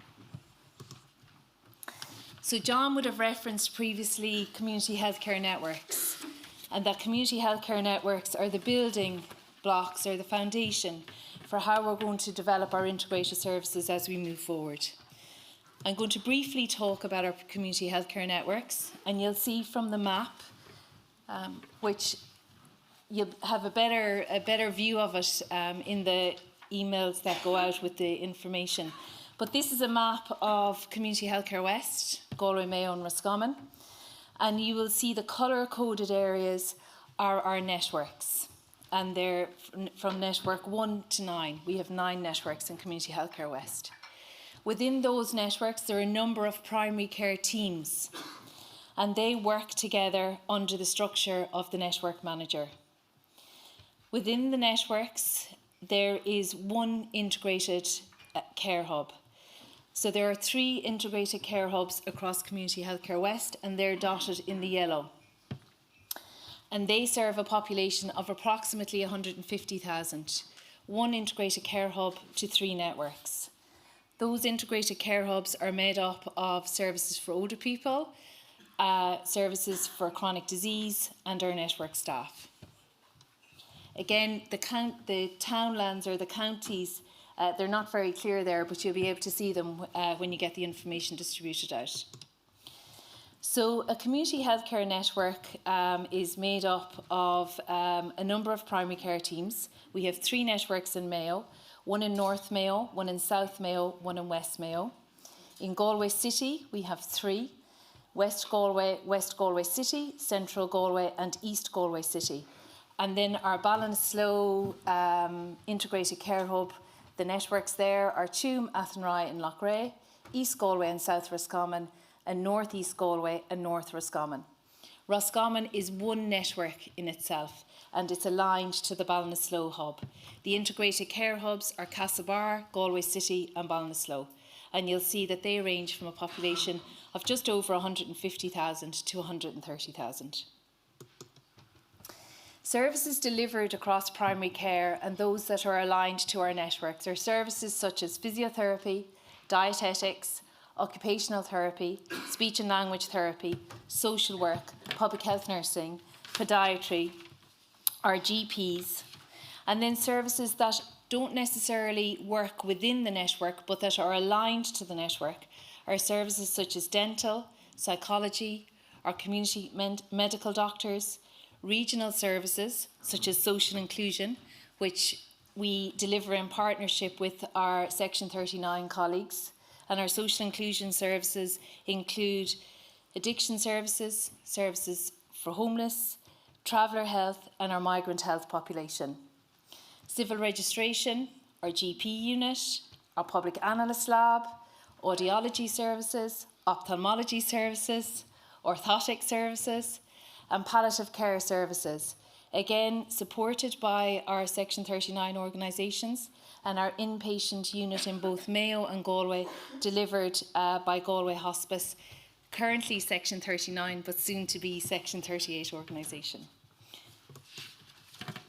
So to date, the network structure it's a relatively new structure within primary care. Primary care teams are in existence a long time and they work in a multidisciplinary approach to meet the needs of the most complex people within primary care. However, the network structure is relatively new. So the impact to date of that network structure are that there's a team-based approach to care. There's an emphasis on care planning. So where you have a complex individual who has significant health needs across various disciplines, it's bringing those disciplines together in the best interest to get the best outcome for the patient. Coordination of care, integration of services, increased multidisciplinary working, streamlining of referrals, and we now have an IT referral system called HealthLink, links created with other agencies. And this is very, very important for us, particularly for our social services, Meals on Wheels, our Alone model, our befriending model. There are a lot of services that our public health nurses would engage with in order to support people to live at home. And there's a focus on well-being and preventative care as well as reactive care. I referenced the Integrated Care Hub, and within the Integrated Care Hub there's a focus on chronic disease. And this is part of the new model of service delivery, right place, right time, and timely access for patient in line with the principles of Sláinte Care. This is the pyramid that's referenced for chronic disease. Again, you'll be able to concentrate on it more when you receive the information via email. But the green or the blue part of the pyramid is the lowest level of complexity. And this is people living every day in the community with chronic disease, living well with the support of our health and wellbeing colleagues and health promotion and improvement colleagues. The next level is where somebody's in and under the care of the general practitioner or the GP. The green level is the new development, the integrated care. And what that is specialist services that once would have been delivered in the hospital, being delivered in the community in consultation with the GP. There's been significant investment into integrated care across 3 chronic diseases. That's endocrinology, respiratory and diabetes. And finally, the red and the, I suppose you call it yellow pyramid, are the acute services, and where people who become more complex then they can be dealt with at the GP or dealt with at the hospital level. But our aim is to keep people out of the hospital, and only very, very sick people will attend hospital. I'm not going to go through these in details. Again, they will be in your pack, but this is our cardiology team. So actually, yes, it was cardiology, respiratory and endocrinology, diabetes. I said diabetes twice, so apologies to my cardiology colleagues. So you'll see the patient is in the middle with a chronic condition, and the various supports that go in to the care of the patient in the Integrated Care Hub before they're discharged back to the GP. And the same for diabetes or endocrinology, the patient in the centre and the various services that come around the patient that are too complex to be dealt with by the GP, but not complex enough to have to sit and wait on a waiting list in the outpatient department in the hospital. And similar for respiratory. In respiratory, we're concentrating on COPD, that's chronic obstructive pulmonary disease, and asthma. So further developments in primary care in 2024, we're going to be continued with the implementation of Sláinte Care. and our ECC model, which is what I've just referred to. It's called enhanced community care, the development of the networks and the chronic disease structures. But equally, we will be developing pathways for urology and ophthalmology services. We will continue delivering health services to our migrant health population in partnership with our Section 39 organisations. We're developing complex paediatric teams within the primary care structure. We're continuing to roll out the HPV catch-up programme. That's the Laura Brennan catch-up programme. And we're hoping to expand our GP direct access to diagnostics with the development of an X-ray service in Tuam Primary Care Centre, reflecting the services that are currently available in Castlebar Primary Care Centre. We have ongoing development of primary care centres and integrated hubs throughout Galway, May and Roscommon, and these buildings will allow us to deliver high quality patient-centred services within the community. So that's it from primary care. Thank you.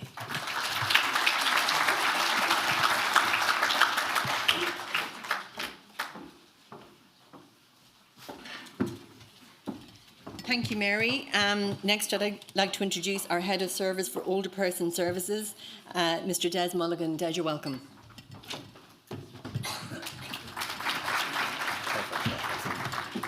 Thanks very much, everybody. So, as has already been said, my name is Des Mulligan. I'm the Head of Service for Older Persons and Community Healthcare West.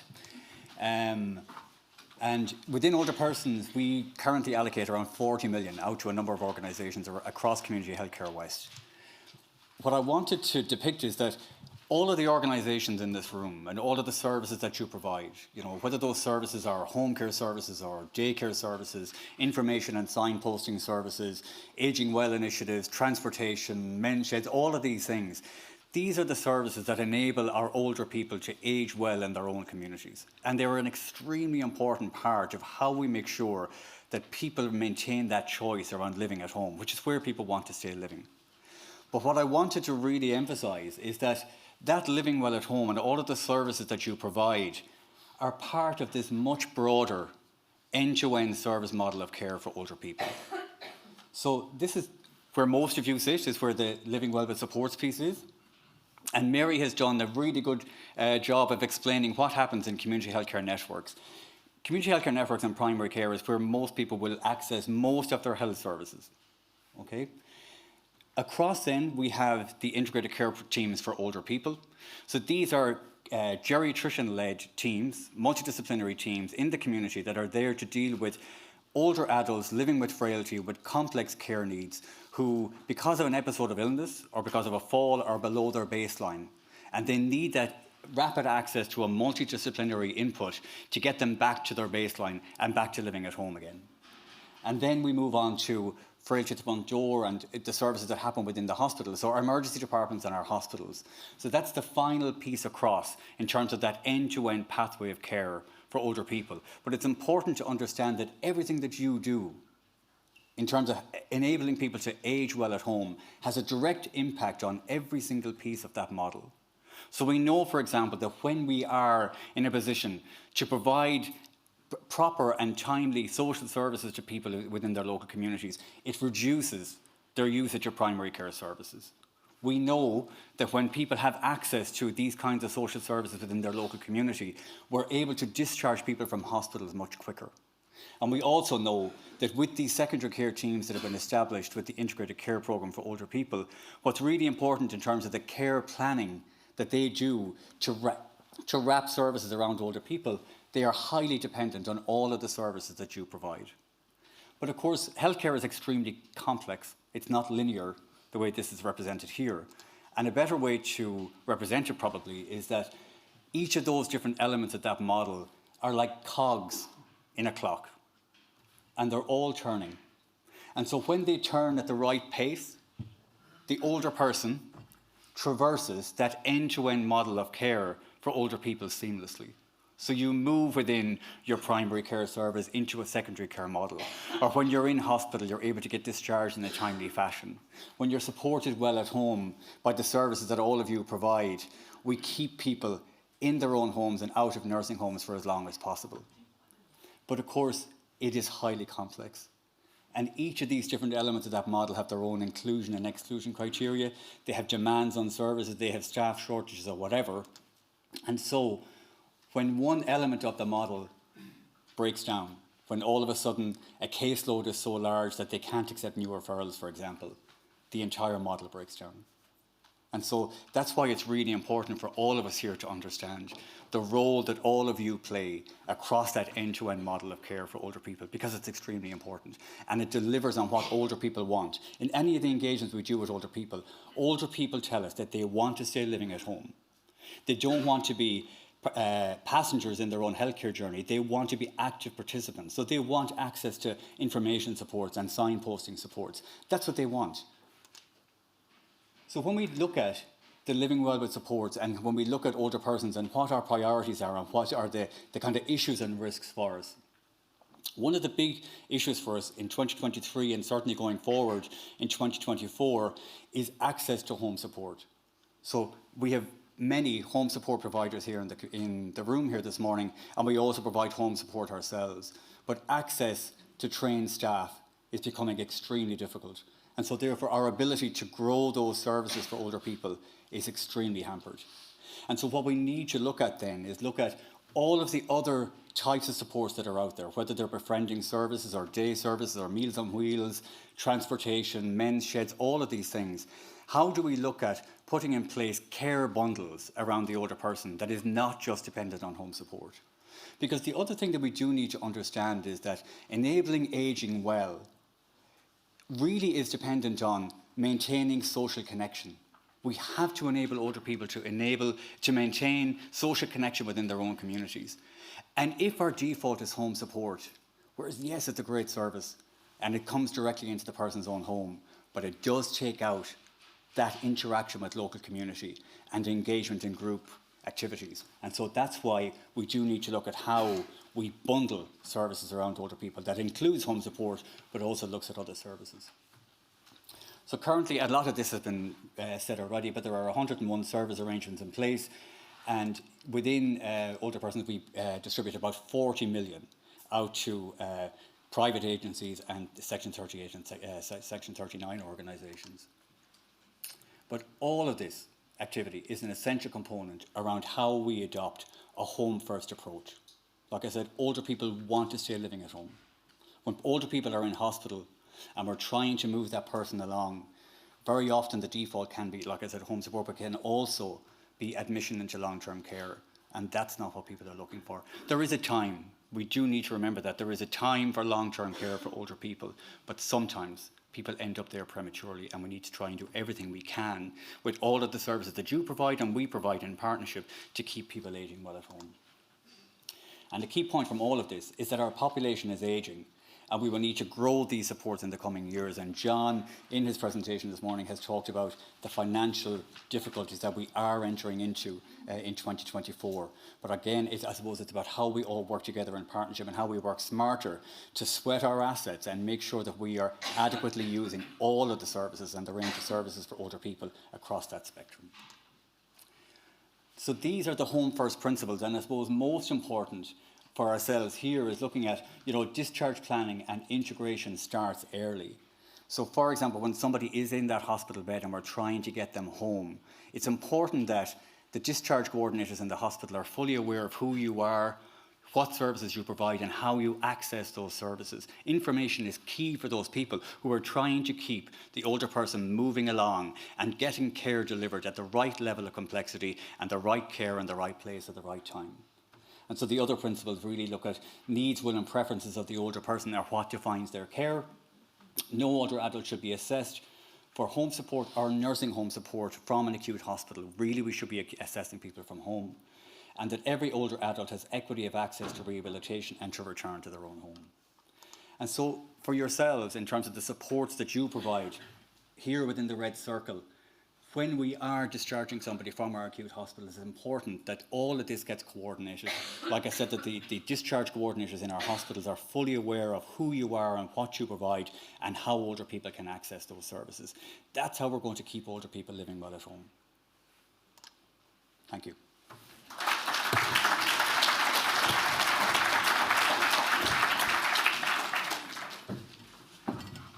Thank you, Des. I'm very struck by the detail and the information that's been provided by our heads of service. And for me, it's very much making sense of how we're bound together, the HSE and our service providers, and the huge challenge that we have in service delivery. But thank you for the detail. Next, we're moving on to Laura Costello. Laura is a manager in mental health services. You're very welcome, Laura. Thanks, Denise. So my name is Laura Costello. I work in the Regional Mental Health Office with the Head of Mental Health Services, Charlie Meehan, who sends his apologies to today's event, but has kindly passed me the baton to take up our hot potato. I'm not quite sure yet. So as previously indicated by Denise and Liam, in 2023, Community Healthcare West Mental Health Services provided funding in the amount of €8 million to our non-statutory service providers across 25 contracts. Now, I'm not going to go through who gets what and why, but rather I'm going to focus on the development of our strategic plan for mental health services over the next 3 years and how we envisage you, our non-statutory service providers, helping us to achieve our objectives over the coming years. So in 2020, the National Office launched the new Sharing Vision document, which is our guiding policy for the provision of mental health services over the next 10 years. In 2021, the mental health services, in 2021, we set about developing our local strategy aligned to the new service policy. We were slightly impeded by COVID-19 and the cyber attack, but towards the end of 2022, we were able to get out and meet with our service users, family members, staff, and service providers, and commenced a consultation process aimed at the development of our services over the next 3 years. The vision that emerged from this process and that we have adopted for our services going forward is to be the best mental health services we can be. So in terms of the development of the Community Healthcare West Mental Health Services strategy and the rationale and aim for this was to deliver the best possible mental health services to the people within our community, to ensure that the voice of the service users and their families informed all aspects of service development, putting the voice central to service planning and development. And this will be key to the development of all services going forward, listening to the people on the ground and hearing what they want, not driven by our own ideas and perceptions of what we think they need. And we also wanted to ensure that co-production was central to the strategy development using the perspectives of professionals, service users and family members, aligning the sharing of mental health and other national policies such as Connecting for Life and Stronger Together. So the methodology and how we went about engaging with our stakeholders. The head of service set up a project team of key staff with keen interest in this area of work. The team identified an excellent service improvement initiative that had already taken place in Roscommon, whereby a member of staff, along with a service user, had gone out and engaged with service users on the ground through surveys and one-to-one information meetings, and had gathered a vast amount of information and insight into the service users' experiences, future needs and wants, and preferences in terms of the services that they want to receive going forward. And there are 8 themes that emerged from this consultation process. And I'll just read them out for you now. There was greater family engagement and support, the need for more therapies and supports, information on accessing the mental health services, development of crisis pathways and services which is easier for service users and family members to access, new acute unit with expansion of existing bed capacity to meet demand, embedding the qualities required by healthcare professionals working in the mental health services, development of an electronic service user passport, and sharing good practices in addition to service improvements within the training centres and day centres. So this gave us an invaluable amount of quality information, and using the themes identified from this engagement, the project team were presented with the findings of the survey to service users, groups and forums across the 3 counties. We also invited feedback through online and paper-based surveys. We summarised the findings and set out our service user priorities for the service. In total, over 200 service users and family members engaged. Once we completed with the consultation with service users, we extensively consulted with our staff We presented our service users' feedbacks and priorities. We had focus groups and online paper-based surveys whereby over 400 staff participated, and we engaged with our voluntary partners through the end-of-year review meetings. We found very similar priorities addressed across the 3 counties, and the project team co-producing the strategy have worked to ensure that these priorities were aligned with the new national policy sharing the vision. So from this, there were 5 key themes that were identified and a number of goals and objectives aligned to each of the themes. So the first theme was collaboration and integration, collaboration with our community partners and integration with other care groups and hospital groups. Theme 2 related to service development, developing our services across the spectrum of needs of individuals who avail of our services while putting the needs of the individuals central to the decision-making process. Theme 3 related to staff development and practice, enhancing and developing the skill set of our staff in line with the HSE core values of care, compassion, trust and learning to enable them to maximise their potential in service delivery. Theme 4 relates to the communication and engagement, enhancing our communications networks and continuation of the improvements in our engagement process with key stakeholders. Theme 5 related to facilities and environments and supports, improvement and further development of our infrastructures across mental health services. Now, over the next 5 slides, you'll see in detail each of the 5 themes, and I'm not going to go through them in detail because Denise will be circulating the slides after today, and Katrina will have already circulated the strategy to our non-statutory service providers, and if anybody who hasn't received it, Katrina has copies down at the back. But I will just draw your attention to theme 1 and goal 2, which is of relevance to our service providers, and it relates to collaboration and coordination with our community providers to provide better community services. So in terms of social prescribing and signposting to supports and services, education and training around mental health promotion, particularly in schools, and the continuation and further development of the community living project, continuation and further development of our IPS service. So work is ongoing in all of these areas, and going forward it'll be about maximising the potential for this funding to better meet the needs of our service users going forward, and this is where we see you, our partners, fitting into the process. So they're just the themes outlined in detail. You'll be able to go through those, and there will be other areas where you'll fit into rather than just theme 1. So in terms of 2024 and beyond, an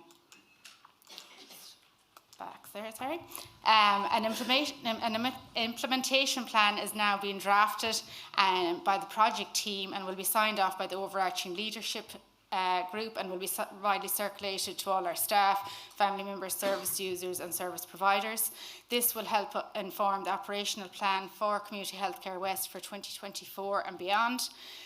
Service priorities will be adapted based on continual feedback from the consultation process, which we intend to continue with service users, families, staff and all stakeholders in order to regularly review and refine service delivery aligned with our national priorities.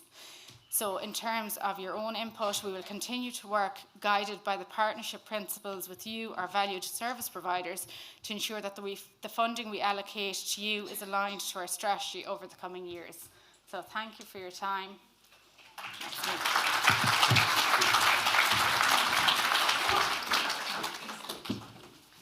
Thank you, Laura. Laura mentioned the operational plan, so I don't know that we've spoken a lot about the National Service Plan and the CHO operational plan. 2 very important documents. Again, link with your service managers if you're not sure where to locate those. Obviously, the services we're funding need to be aligned to both the National Service Plan of the HSE and our own CHO operational plan. So very important documents to locate and seek out if you don't have already. Moving along swiftly, I'd like to introduce Mary O'Halloran. Mary is our Head of Service for Disability Services. You're welcome, Mary. Martin Mark-Colleca. I'm Mary O'Halloran, the new Head of Disability Services and Community Healthcare West, and it's great to be here this morning to speak to you all. And as Liam and everyone else has said, disability services are delivered mainly by an awful lot of our service providers, so 95% of the budget in disabilities is delivered through our agencies. So it's great to be here today, this morning, to meet with you and have the cup of tea. So there we go. In disability services, there is 221 million allocated to disability services that we allocate out to the agencies, and the number of contracts is 61. So my team and I spend a lot of our time in our service level arrangements and in the operational meetings, and we get to meet with you all quite regularly. And we, focus on all your quality work and your budgets. Disability services, our service, our priority and our vision. So we are working to reimagine disability services to be the most responsive, person-centred model achievable with greater flexibility and choice for the service user. It sounds like a big mouthful, but basically what we're doing is patient-centred care and making sure we hear the voice of the service user. As Des alluded to, patients need to be participants in their journey, not just passengers. And I think that's a really key message, and that's what we're hoping for in disability services every day with the work we do. Here is the organisational chart for disability services. So there are 2 general managers in disability services. So Paul Carlin is the disability manager, general manager for children's services, and he is line managing all the CDNMs, the Children's Disability Network Managers, and that's here on the left-hand side, right-hand side of your slide. In the adult side of the house, then, we have Mary Owens, our acting general manager, and you all will have met Mary at a lot of the operational meetings and at the service level arrangement meetings. We have Laura Rochford as our disability manager in Mayo, and Ursa Collis is our disability manager in Galway. And they all then have their teams reporting into them, their case managers, etc. Then we also have Mary O'Donnell, who is our day services coordinator, who does all the work on behalf of Galway, Mayo and Roscommon. She does all the day services work across the 3 counties. The case managers then are an integral part of our team in disability services. The case managers are the staff who are out meeting the clients every day, who are going into the hospital, doing all the case meetings, who are linking with the PA agencies, who are linking with yourselves. And anyone I've spoken to recently has complimented the case managers in disability for the great work they do on behalf of the patients and for being so easy to work with. So that's great to hear. The main objectives of our service provision in disability is to enable people with disability to live their life to their full potential, to live their life in ordinary places as independently as possible. They should be able to participate in their community like you and I do. Go to mass, go to the pub, go down to the community centre, etc. Ensuring that their voices are heard, that we involve them in planning and improving the services. And this is the UN Convention on the Rights of Persons with Disability. You often hear it referred to as the UNCRPD. And there's 8 or 9 guiding principles in terms of the UNCRPD. I'm not going to go through them all, but they're basically respect, non-discrimination, equality, accessibility, and participation in your care planning. So our priorities in disability services in Community Healthcare West. We are continuing to implement the Disability Act 2005, including the assessment of need. We are providing high quality and safe residential and respite care to persons with disabilities and families. The progression of the children's services, so the HSE is the lead in 7 of our 9 networks. Providing the maximum level of day services and supports safely with patients with disabilities. To further progress the implementation of a time to move on from congregated settings. To continue to deliver high quality personal assistant and home support service, and of course our joint protocol with our TUSLA colleagues.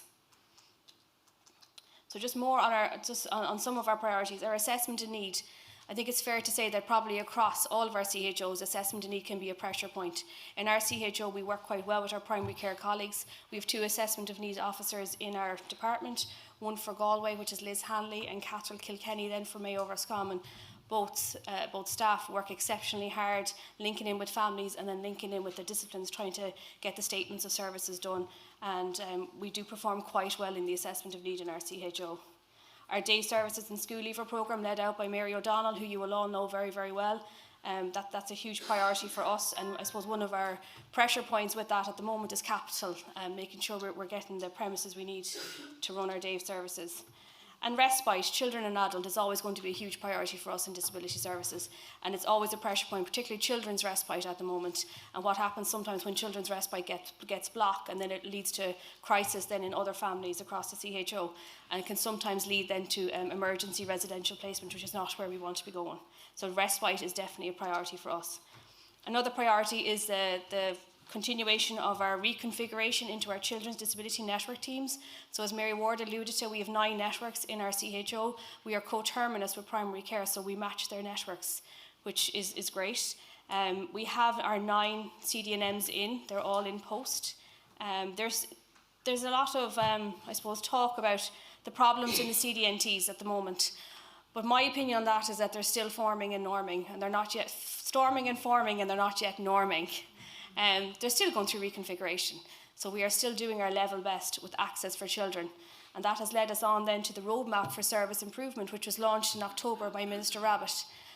It's the roadmap for 2023 to 2026, and it's a service improvement programme, which is it's kind of a framework for us to work from in disability now and how to roll out our CDNTs.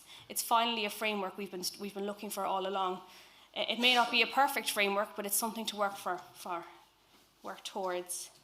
The 5 main goals on the roadmap is integrated services between disabilities, primary care, CAMHS and TUSLA, to improve our CDNT service access and improvement, including access to assessment and need. There's a whole action with lots of sub-actions on our workforce, and many of them relate to our recruitment plans and also our retention plans, how we intend to retain our staff in disability services. Communication and engagement with children and families and with staff. So that alludes to our family forums. So in each of our 9 networks, we have family forums set up, which are led out by an independent facilitator, and our CDNM, our Children's Disability Manager, attends that also. And families are invited to that. It happens 3 per year. And we gather the learning from that family forum, and we use it then to try and improve our services. Now, they've been a bit rough, I think it's fair to say. The first round of family forums were tough, which they were always going to be, because there's a lot of pressure out there and families are very angry. But over our second round there, which were held very, very recently, there's been a marked improvement. Families are happy to see that we're engaging with them. And the other goal on the roadmap is engagement with education and support for special schools. So we are bringing in therapy assistants into our special schools, and that's currently a work in progress, and they report in then into our therapists. Our new developments in disability services, our autism and assessment and intervention pathway, which is the pilot here in Community Healthcare West, and we run it in conjunction with our primary care colleagues. We are now piloting that in CDNT 7, which is here in Tuam, and CDNT 2 up in Castlebar. And that is finally the framework we've been looking for in how to treat autism, because I'm sure a lot of you in the audience would agree with me that autism is our main pressure point going forward, how we deal with autism, how we get the children the assessments, but also to make sure that it's not off a cliff edge once they get their diagnosis. We have to give these children intervention as well. So this protocol talks about assessment and intervention. And then we have the neuro rehab team, which will be coming to us in Community Healthcare West in 2024. And this is a team that will deliver high-intensity work to people who have neuro rehab needs. So people, for instance, who may be in a bed in a hospital, either up in the NRH in Dublin or in a local hospital, who are there just mainly then for their neuro rehab needs, maybe for physio needs or OT needs. Our team now will be able to allow the safe discharge of that patient out into the community, and our team will be able to assist in their rehabilitative plan at home. I'm thinking of patients with the likes of a neurogenic bowel. We've many of those in the community, so it'll be great to have a team who can keep these patients in the community and assist in an early discharge from hospital. Our risks, of course, is delay in placement of emergency cases due to lack of funding and or inappropriate placements. In our children's services, understaffing can be a problem, so the team in this area is running at a staffing deficit of 39%. So a lot of our CDNTs have large staffing deficits. Accommodation can be a problem. Sometimes our teams aren't located in the one area, so in Roscommon they're in between 2 and 3 buildings, which can be a problem when the team wants to work together. We have a FEDS risk that we're carrying in disability, which is feeding, eating, drinking, swallowing, so it's access to an appropriate team of usually a speech and language therapist, a dietitian, an OT and a psychologist to work with people who have feeding, eating and drinking, swallowing problems. We have decongregation delays, and then we have delayed transfers of care. So oftentimes when we have children in hospital beyond medical need, and they're there just because they're waiting emergency placement. Our partnership principle, so disability services work with over 60 service providers across our CHO with the allocated budget of 221 million. We've shared objectives. It's all about collaboration and transparency and making sure we're providing high quality services to our disability cohort. Agus sin é gur míle maith agat.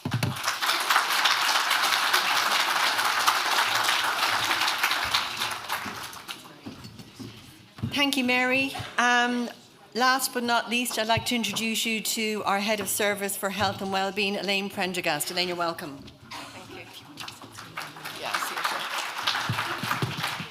you. So as Denise said, last but not least, health and wellbeing.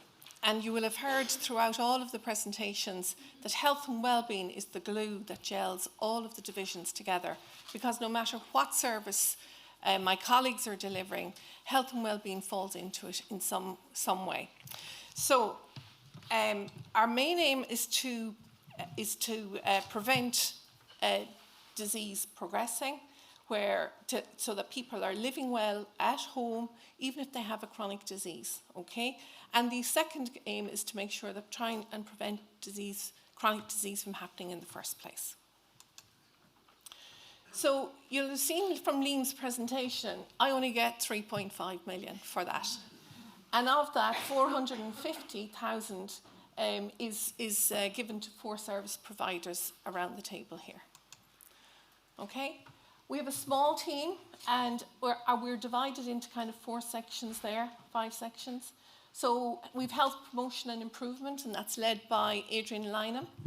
We have self-management support, led by Ailish Houlihan. We have health and wellbeing special projects with Lawrence Gahan leading that.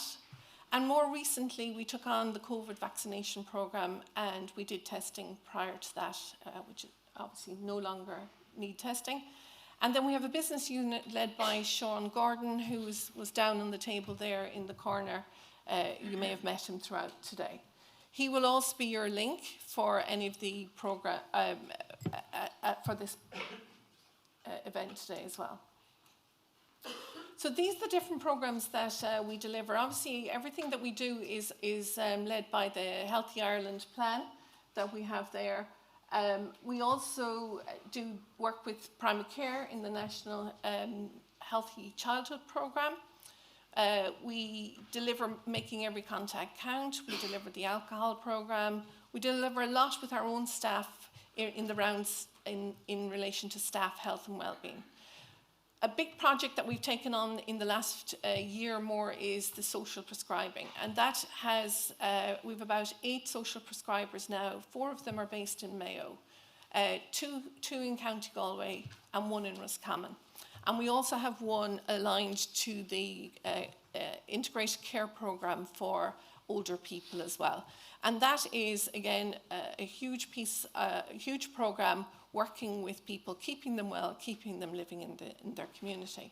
And then obviously we deliver as well the self-management support programme through our service provider here in the room.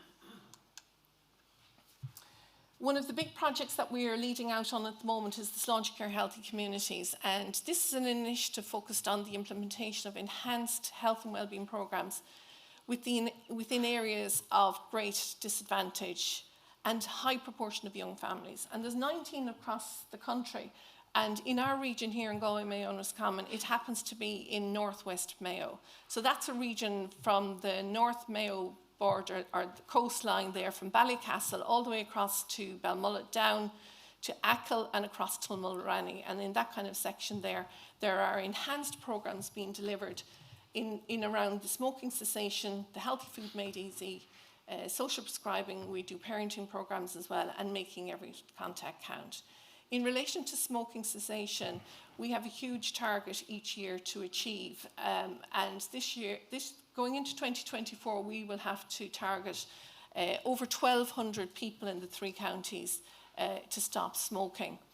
And just some facts that were given to me recently: 100 people every week die from smoking-related illness here in Ireland. 1,000 are admitted to hospital every week with a smoking-related illness.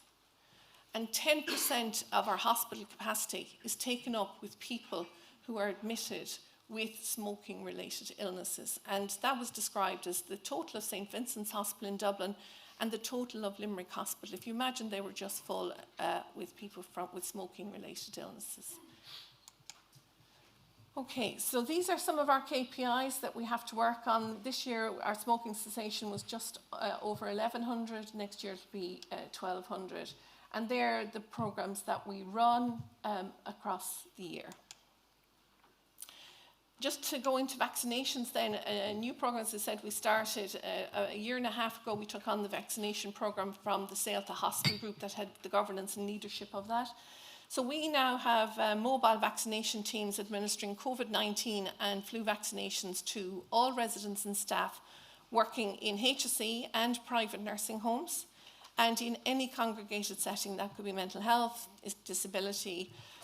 We even go into the religious orders where there's elderly people there. We also go out to the house band, and this year all children in special schools and all senior infant classes in mainstream schools have been offered the flu vaccine, which is the nasal vaccine. And for those of you that were watching the news yesterday, you'll see that that now has been extended nationally for children 12 to 17-year-olds, and they can get that in the pharmacy or GP. And obviously then we're focusing also on all healthcare workers as well, to give them both vaccines and the Section 8 and 39s. And any of you there that wish to have your staff vaccinated, you can contact us, or we can recommend a pharmacy or your GP to do that as well. Okay, so a lot of what we do as well is engagement. So we are involved, as you can see, with the local authorities. We sit on LCDC committees, we sit on Healthy City and counties, we work with the sports partnerships, we work with TUSLA and the SIPSI groups across the 3 counties, we work with all the voluntary and community agencies, including men's sheds, you can see there breastfeeding forums, academia in NUIG, they have a health promotion department there, and we also work with our colleagues in other CHOs and in the hospital group. One other piece of work that comes currently under health and wellbeing is the Children's First, and I'm pleased to say our colleagues Anne Davis and Clive Greeley from the National Children's First Office are down here at the back. And as part of your service arrangement, I'll just bring it all up first of all. Too far. Okay, go back one. Okay, so again, I chair a group here in CHW for ensuring that we are compliant within the HSE delivered services with Children First. And you, as part of your service arrangement, are also obliged to be compliant with Children's First legislation. So that means that you must have a mandated persons list that you update twice a year. You must have all your service staff have read the child protection welfare policies, and you must have it in place. All your staff must have completed the HSE learning introduction to Children's First on HSE land. And then yearly you should be doing a self-audit checklist just to make sure that you are compliant with the legislation. And that's it. Okay?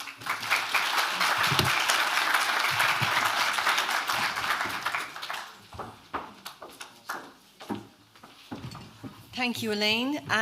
Okay, so that's the end of our presentations for this morning. Earlier in the day, we advised you of the QR codes around the room.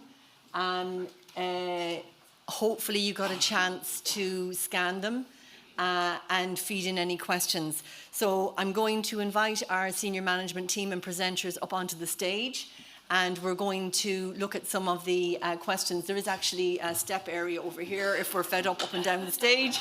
I might use it myself. So we're just going to take a short while. We won't be able to answer all questions that have come through. Donal, Michelle and Sean at the back of the room, they've been managing Mentimeter, and they're going to let us know some of the questions that are coming through.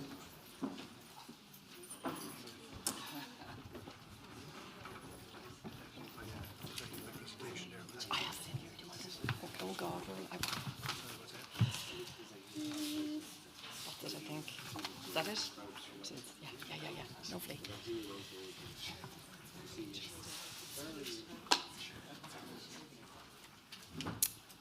Okay, so again, we're on track time-wise, and we'll just, being that the panel are available, we're just going to make the most of their time. So Donal, Sean or Michelle, if you want to let us know of any questions that you'd like to feed into the screen. Hi, Denise. Yeah, we've received loads. We've gone with the ones that we think are of most general interest. The first is, hello all, will there be an extension granted to 2024 SLA deadline if the current SLA for 2023 is currently in train to be agreed? Okay, maybe Kevin, would you like to take that one? No, I suppose just to Do you want the mic? understand the origin of this, I think people need to understand the origin of this. Back in the day, I think 2015 or 14, we ended up where the majority of service arrangements were signed in November, December. And I remember ahead of a Section 38 agency phoning me on the 20th of December to say, you'll be delighted to know I signed your service arrangement. So we got to the stage that it became unmanageable, and in 2015, the then, what was Director General, Tony O'Brien, made a decision, look, we have to have a cut-off point, you know, and the cut-off point is the 28th of February, and there have been various suggestions about moving it. But I think as long as there's a reasonable approach taken, I mean, obviously we have to be cognizant of when budgets go out and the work that have to be done, and also one of the things that's represented to me a lot now is the reduction in administrative staff. But no, we wouldn't be we're wedded to the 28th February. The other thing is, just to say like that, we have communicated these kind of arrangements and internal controls to the Controller and Auditor General, who looks at this very closely, and also the Public Accounts Committee. For example, on Thursday, it's a meeting of the Public Accounts Committee, the HSE are in there, and one of the items on the agenda is Section 38 and 9. So we will say with this, but I think locally within Community Healthcare West, there'd be a reasonable approach around the 28th. Thank you, Kevin. Okay. Colleagues, any other questions? The next one is regarding IFMS, asking if the IMS project is ongoing, and is there a requirement for Section 38, 39 agencies to sign up to this project within the near future? Okay, I'm going to ask Liam to take this question. Good afternoon. The IFMS project is ongoing, right? We're basically due to go live in Community Healthcare West in October 2024. So, and also I know in this region, the Section 39 voluntary that's going to be approaches Western Care in Mayo. So they are basically have got some resources and are prepared. So a decision has to be taken yet on whether Western Care are going to go live, but basically we're due, the current timetable is we're going live in October 24. And Liam, just IFMS means what, for those who don't know? Good, great question. Integrated Financial Management System. Thank you, thank you. Great, lovely. Any other questions? The next one is directed at Liam Prendergast, asking if in relation to Children First, what information and supports can the HSE offer to the funded agencies? Okay, well, I can see Clive and Anne down there in the corner, and they are available, they're available to all of you to support you in your Children's First endeavours. So you're more than welcome to contact them, and they'll be in contact with you. Thank you, Elaine. Okay, next we have, has there been any update with regard to when the HSE will be funding the Section 39 agencies as a result of the recent WRC pay recommendation? Okay, who would like to take that one? There hasn't really, I suppose, just on that, one of the things that's important is we still have to receive confirmation that the pay award has been agreed. So I think my understanding is that that's going to be Friday. Hopefully the indications are positive in that regard.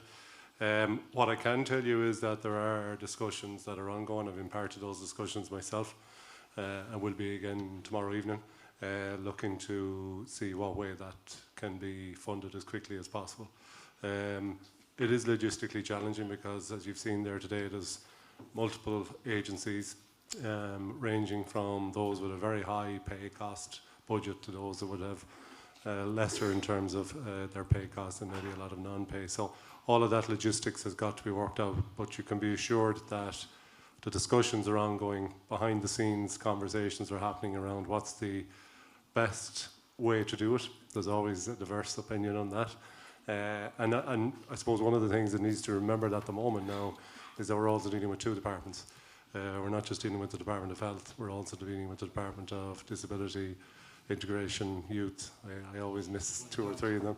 DCD, because obviously disability has transferred across to that department now. And we'll also get caught up in conversations, I'm sure, as to who's funding what and when does it kick in and so forth. So there are some of the logistic things that need to be worked out, but I think it will be unlikely that funding will be received in 2023. There's no point in me saying otherwise.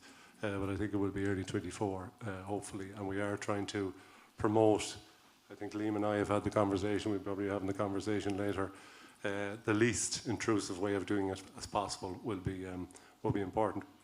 Notwithstanding, and I'll finish on this, that we're obviously have to come under the controls and assurances that we all have set out here today, so it has to comply with that as well. Thank you, John. Any other questions? So, what is older person services priority for partner agencies for 2024? That's for Des. I suppose our main priority is how we really look at how we integrate everything, and care bundles, like I said, is going to be a big priority for us. Home support is under extreme pressure, so how do we look at creating a different bundle of services around an older person? So there is a review of daycare services, for example, going on within the HSEs, because daycare doesn't suit everybody. It's not something that a lot of people opt for. My own father-in-law, for example, at the moment is attending falls and balance classes, and he absolutely loves it. And it's a full half day, 2 days a week, and he's thriving with it. But if you asked him to go to a day service, he wouldn't do it. So I think we need to look at how we blend those kinds of services into a day service type operation to make it more attractive to people like him. So that's probably our big priority for 2024. Thank you, Des. Does QQSI have the same remit as HICWA? No. That's for Carl. Is that it? Carl doesn't know? We're not regulation. They are licensed regulator. We're not. So no. Okay, that's short and sweet. Okay. Could Mary O'Halloran give us information regarding the plans for the CDNT roadmap? Is there going to be an implementation group? Yes, there will be an implementation group set up in January 2024. So you'll be getting communication from my office in that regard. Thank you. As a Section 39 older person services organisation with funding of less than €20,000, how do we apply or provide a business case for additional funding for our service? So if you have an existing grant aid agreement, I think within your review meeting with the member of staff from older persons that you're dealing with, you need to bring that up in one of the review meetings and then resubmit a grant aid agreement application. Okay, I'm assuming that particular query comes from somebody who might be funded by a couple of different CHOs, and they're funded to that extent within the CHO. Because that amount of money would be less than usual for a service arrangement. Okay, we've got another question on the screen. Donal? Yeah, the cost of governance is currently not funded by the HSE. How can this be addressed in terms of Section 39 service arrangement? Very good question. John? Yeah, look, I think one of the things that's clear today in terms for us all is that the levels of governance and compliance have increased, and they have intensified, and that's accepted right across, be it, we talked about whether it's, from the point of view of our own service arrangement processes, down to whether it's HICWA compliance, whether it's Health and Safety Authority compliance, or whether it's Charities Act compliance.